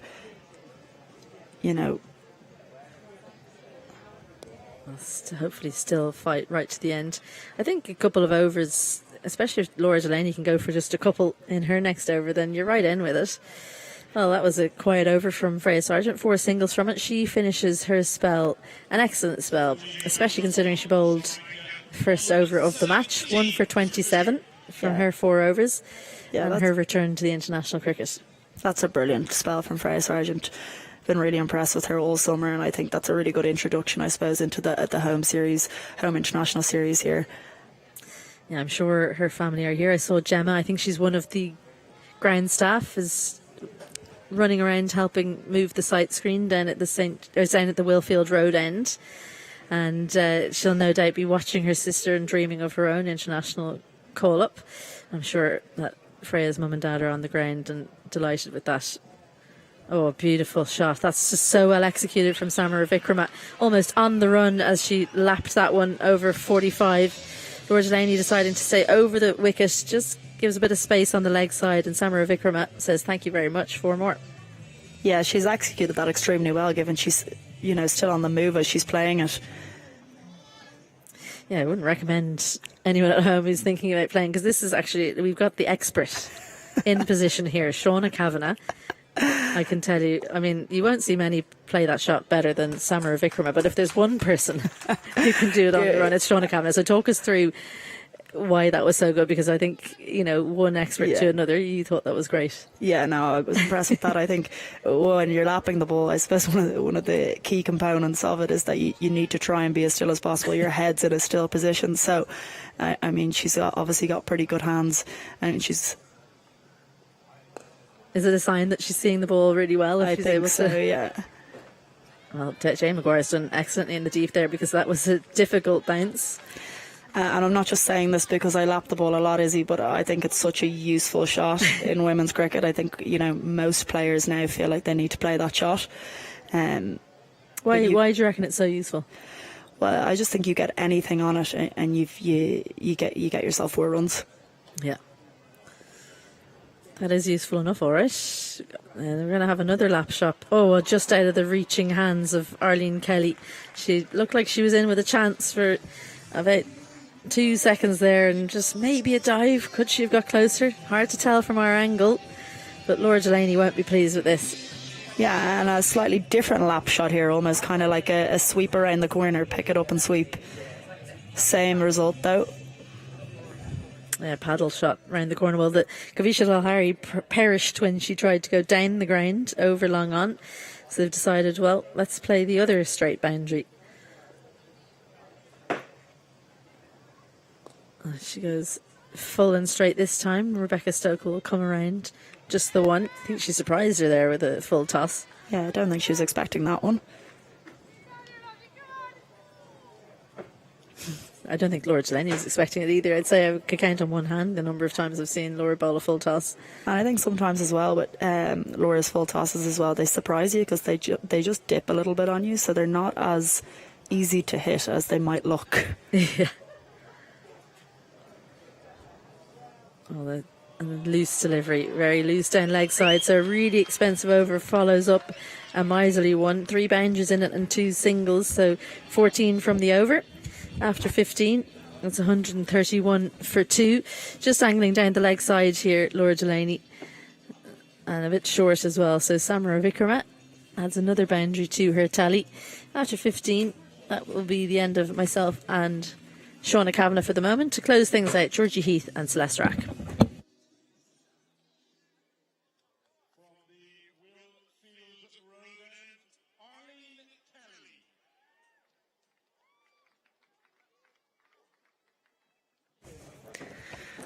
Well, 131 for 2 on the board, 5 overs in hand, and this really has been quite some knock from the opener, Samara Wickrama. We saw what she could do in the Asia Cup final, and she's just continuing in exactly the same vein here.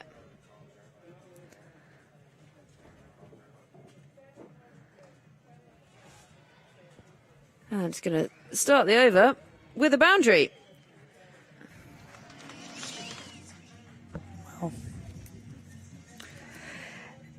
And that's a great shot there. Over-pitched, hit straight over mid-off.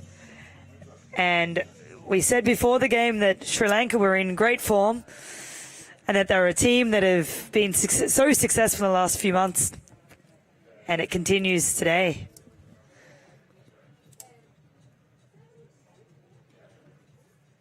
Yeah, and you can hear the drums banging over in the Sri Lankan corner, the flags waving, and it has been clinical with the bat from Sri Lanka today. They haven't taken many risks, have they, Georgie? No, but they haven't really needed to. You know, the balls have been there to hit. Yeah. And we thought... And has she got an edge on that? Yes! Asanjuwani goes for 12. And Arlene Kelly finally has her first of the day.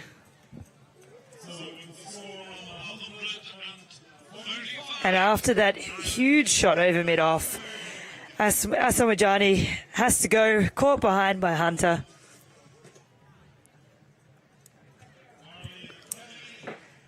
Well, they're just something at the end here, perhaps, for Ireland. You know, you feel the game has really slipped away from them. And there's great work, actually, behind the stumps from Amy Hunter. One of the best in the business. Very sharp there from Hunter. And going into a series when a match like this has happened, it's nice to finish with a bit of momentum your way. Ireland will be happy to have finished with a couple of wickets.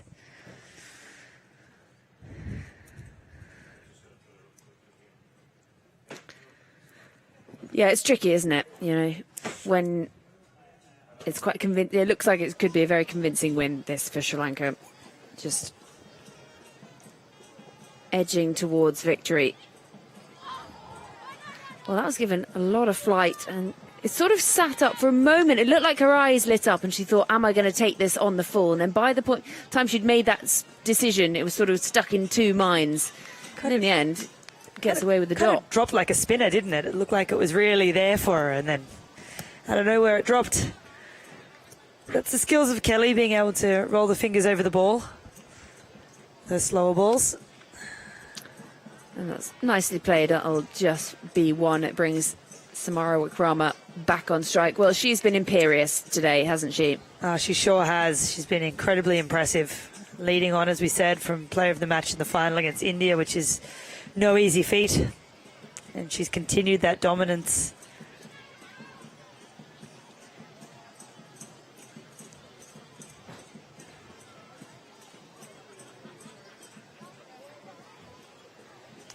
Just at the top of her mark here, Kelly. 5 runs and the wicket off this over. 1 to come.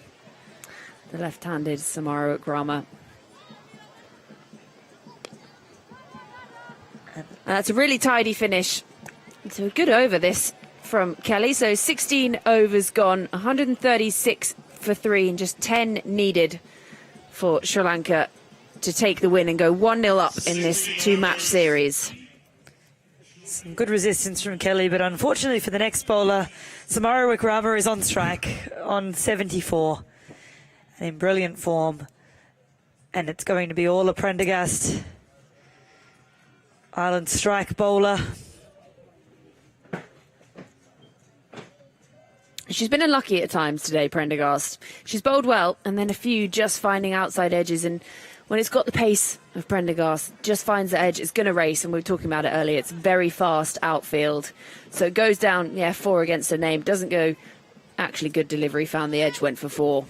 And that's exactly what's hurt Prendergast today. She bowled a reasonably good bumper that got hit for 4, taken on by Samara Wickrama. A few outside edges. And that's good running. They'll scamper through. Amy Hunter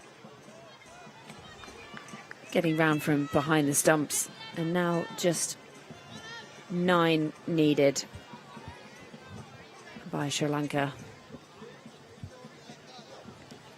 And the fans over to our left are looking very excitable. The Sri Lankan flags are draped over the hoardings. They're waving, the drums are banging, trumpet playing. It's been a great day for them, it really has. That has gone up, it's going to land safe, and it goes straight towards those Sri Lankan supporters, and they absolutely love it. They're having a great day out there here at Pembroke Cricket Club. Sun is still out. The clouds are trying to fight their way through, but the sun is still out. It's a beautiful day here. Sellout crowd, which the locals are very proud of this ground.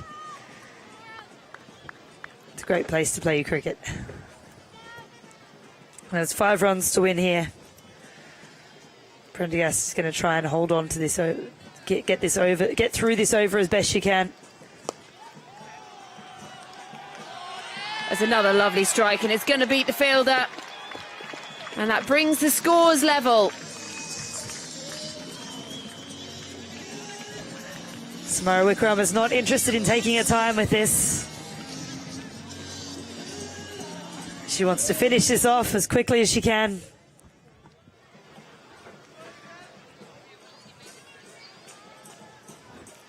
So the scores are level. And Samara Wickrama, 82 from just 44 deliveries. And what a knock this has been from her. Continuing in the same vein as she did in that final of the Asia Cup, where she made an unbeaten 69 to see them to victory. And now she is staring down a victory in this first of the 2 T20s. The left-hander faces up, bat high, steps back in her crease, and just feeds it back over. Deep third, goes for 4. And what a way to finish the match. Samara Wickrama with a boundary, and what a knock it has been from her. The 2 batters embrace in the middle, and the handshakes all around, and is a convincing win from Sri Lanka to open this series and take a 1-0 lead in this 2-match T20 series. And what a knock this has been, Celeste. Oh, it's been brilliant, Georgie. Samara Wickrama showing that they don't necessarily need Atapatu if they want to post big scores and chase big scores. She's played a brilliant knock today, and Sri Lanka have really impressed here in Dublin, showing everyone exactly what they can do and that they are indeed champions of Asia for a reason. Yeah, and their fans over to our left are a very happy-looking bunch too. And the Irish girls, well, we thought that 145 was quite a competitive total to put up. And then we saw Sri Lanka come out and bat and just chase this down with absolute ease, winning by 7 wickets inside 17 overs. A dominant performance from the girls in blue. Really impressive stuff. They've come here, the away side, and what a place to play some cricket and to really put on display. Sri Lanka cricket, they really do mean business these days. Sri Lanka women's cricket has come on leaps and bounds in the last few years. It's had an incredible rise. Just thinking back 3 or 4 years ago, they always had the players. They were always a great team, but now they're able to compete with the best in the world consistently. And it's exciting to see where Sri Lankan cricket continues to go from here with all the funding and the opportunities that they're now given. They're really coming on in leaps and bounds, and it's exciting to see what will happen for the rest of the series. I'm just sitting here quite smug as well, because I did mention that I thought she would have a good knock today. So Samara Akrama. So I'm going to take that one as a tick. Well done, Georgie. It was almost like I know what I'm talking about. Oh, look, Georgie, you were absolutely right. And if we look at the Irish batters, it was really Lewis, Prendergast, Delaney and Stokel that were the highlights of the day. Stokel's impressive 21 off 16 at the end was a late charge to boost the run rate. Delaney's 25 off 21 was also impressive, and Prendergast and Lewis had a great partnership there that really saw them going. But it was the loss of wickets, wasn't it, Georgie, that really let Ireland down when they were really starting to increase their run rate. Yeah, it's what we talk about a lot as well, isn't it? Building partnerships. They only had one partnership up over 50, and they got themselves up in 10 overs to 73 for one. Looked like they really had something they could build on here. That 59 between Lewis and Prendergast, that's the one that sticks out, because it is about building partnerships. And then we saw it in that Sri Lankan chase. The openers, they went about, they really dug in, they picked up the shovel and went, we can dig this, easy as you like, chipped away, and then it was just an easy ride home at the end of it. Absolutely. No, I agree with you that was the difference. But if we look at the bowlers here, there's not much to be disappointed about here for Sri Lanka. I mean, Fernando was probably a little bit more expensive than she would have liked, but she took the 2 wickets. And then Dilari went for 10 and a halves. But other than that, they did bowl well. Prabodani had a great spell as usual. She comes on at the most difficult times. She's someone that they always rely on. The left armour, the opening bowler. So her 1 for 20 off 4 was probably the highlight of the bowlers for them. She just does it so often, doesn't she? She just keeps batters quiet, builds that pressure, and then, well, there's one batter who sticks out here. Samara Akrama, a red inker for her unbeaten 86 from just 45. And Vishmi Gunaratne, the youngster, former under-19 captain at that World Cup last year, 30 off 34. And they're showing that this isn't just Team Chamari Apatapatu. This is a very strong team. They've got some great batters in there.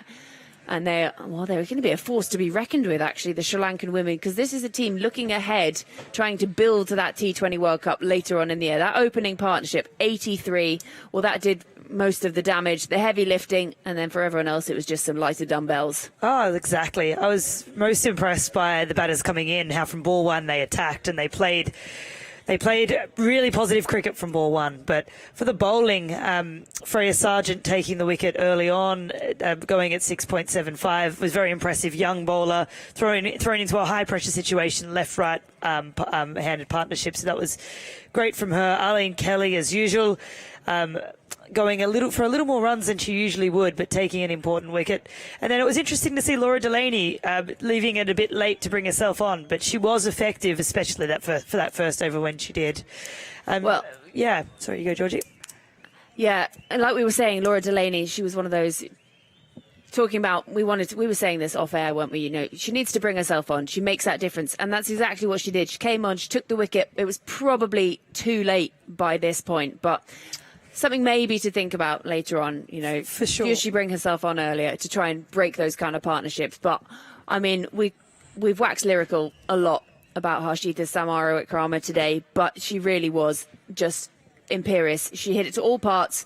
Some of those shots just absolutely delightful. But then it's not just about the power hitting as well. There was power hitting, there was touch, there was rotating the strike, taking on the bowler's spin, take that on, pace, take that on. It was an all-round really impressive performance from her. Oh, for sure. And when you see 86 off 45, you think someone backing away and hitting sixes or someone trying to hit the side screen. And that wasn't necessarily what the innings was about. It had a little bit of everything, like you said. It was so measured, so tempered. That was perfect. Yeah, well, a very convincing win. 7-wicket win for Sri Lanka today. And I think we now have Izzy Joyce with the post-match presentation.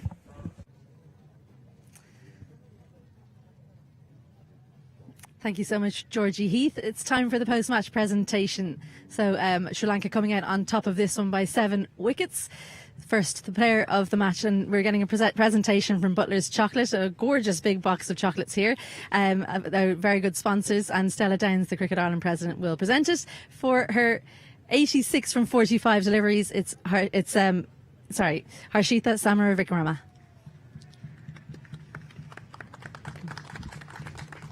Just get a picture with Stella there. Thank you so much, Stella. I know we have a translator coming in, Mr. Ratnayaka. Thank you very much for joining. Congratulations, a brilliant performance from you. You were opening the batting. Did you enjoy the new position? ඔව් ඇත්තටම ගොඩක් enjoy කරා අලුත් position එක ඉතින් ඒක ගැන ඒක ගොඩක් හොඳට එන්ජොයි කරා. She enjoyed the new position as an opener and she's very happy and she enjoyed it thoroughly. Back-to-back 50s for you. You got a 50 in the Asia Cup final. You're hitting some really good form. What do you put that down to? ඔයාට back-to-back 50s දෙයක් දැන්. ඔයා ඒක මොනවද ඒකේ success එක මොකද්ද කියලා අහන්නේ. මම normal මගේ ගේම් එක ගැහුවේ merit of the ball මම සෙල්ලම් කරේ මම normal සෙල්ලම් කරා. She played according to the merit of the ball and she enjoyed it. That's what she says. Finally, it's your first time in Ireland. You obviously enjoy it here. ඇත්තටම first time ආවේ ගොඩක් enjoy කරනවා ඇත්තටම හොඳ country එකක් ඉතින් ගොඩක් සතුටුයි මේ island එකට එන්න හම්බෙච්ච එක. Well, she thinks it's a nice country. I'm sure she wanted to say nice people too. So, isn't it? Yeah, nice people as well. Yeah, and she's enjoying it at the moment. Okay, well, congratulations. I'm sure we'll be seeing you up here again. Thank you very much, Harshita Samara Vikrama. It's next is the Ireland captain, unfortunately coming out on the wrong side of this one, Laura. Halfway through your batting innings, things looking absolutely fantastic. Were you happy at that point? 10 overs gone in the first innings. Yeah, I thought Gabby and Orla set it up really well. I suppose looking back at that first innings, 145 was probably below par, but unfortunately I don't think we backed it up with the ball, and I think that was the area that really let us down today. Was it a case of you haven't been out as a team together in a few months, a few cobwebs being blown off? Look, we've been playing a lot of domestic and club cricket, and I think we're better than what we showed out there today, particularly in the power play. But we'll go back to training, we'll have a talk as a team later on, and hopefully come back out and put in a strong performance on Tuesday. It's obviously just happened, so hard to think on your feet, but anything that sticks out to you that you'll want to put right before that game on Tuesday? Yeah, I think the power play is a big area. I suppose in T20 cricket, that's where often the game can be won and lost, and we didn't take any wickets in our power play, and we found ourselves on the back foot coming out of it, so that was quite tricky. But yeah, I think that's one area that we'll talk about our plans and what we can do better. Finally, from a personal perspective, you've been injured for a few months, but things looking okay out there. Can we expect to see you on the field throughout the two series? Hopefully. It's just so nice to be back out with the girls and to be back wearing the green jersey. Okay, well, hard luck today, and hopefully we'll see you back up here happier on Tuesday. So finally, the captain of the winning team, Anushka Sanjiwani, come and join me. Big smile on the face. You must be delighted with how your team went out there. Yes, I'm really happy about my team performance. I think this is a good pitch condition. Our batters doing good today. Were you expecting the pitch to play as well coming over here? What were your thoughts before coming to Ireland and how it would play? Not like this pitch, but I think this is good friendly batting wicket. You're now Asia Cup champions, Yes. which congratulations. I never got to say congratulations to you when you won it. Does that give you some confidence leading into the World Cup and into this series as well, being Asia Cup champions? Yes, we have much confidence. Our players doing good, but we need to continue that momentum in T20 World Cup as well. You're stand-in captain. Yes. Shamari Atapatu, I'm sure, is watching somewhere, presuming she doesn't have a match. Is it a role you enjoy? Yes, definitely. And what is it you like about captaining? Sorry? What do you like about being the captain? What do you enjoy about captaining? Yeah, I always enjoy myself because I'm doing wicket keeping. I enjoy myself. As a captain, I enjoy. It's a similar role. Well, Yes. Congratulations, 7-wicket win, and we'll see you again on Tuesday. Thank you very much, Thank you so much. Sanjiwani. So that's it for us from the post-match presentation. Thank you so much for joining us. Make sure you tune in again on Tuesday, where we have the second in this Certa Women's T20I series. That's at 4 p.m. Until then, good night and goodbye.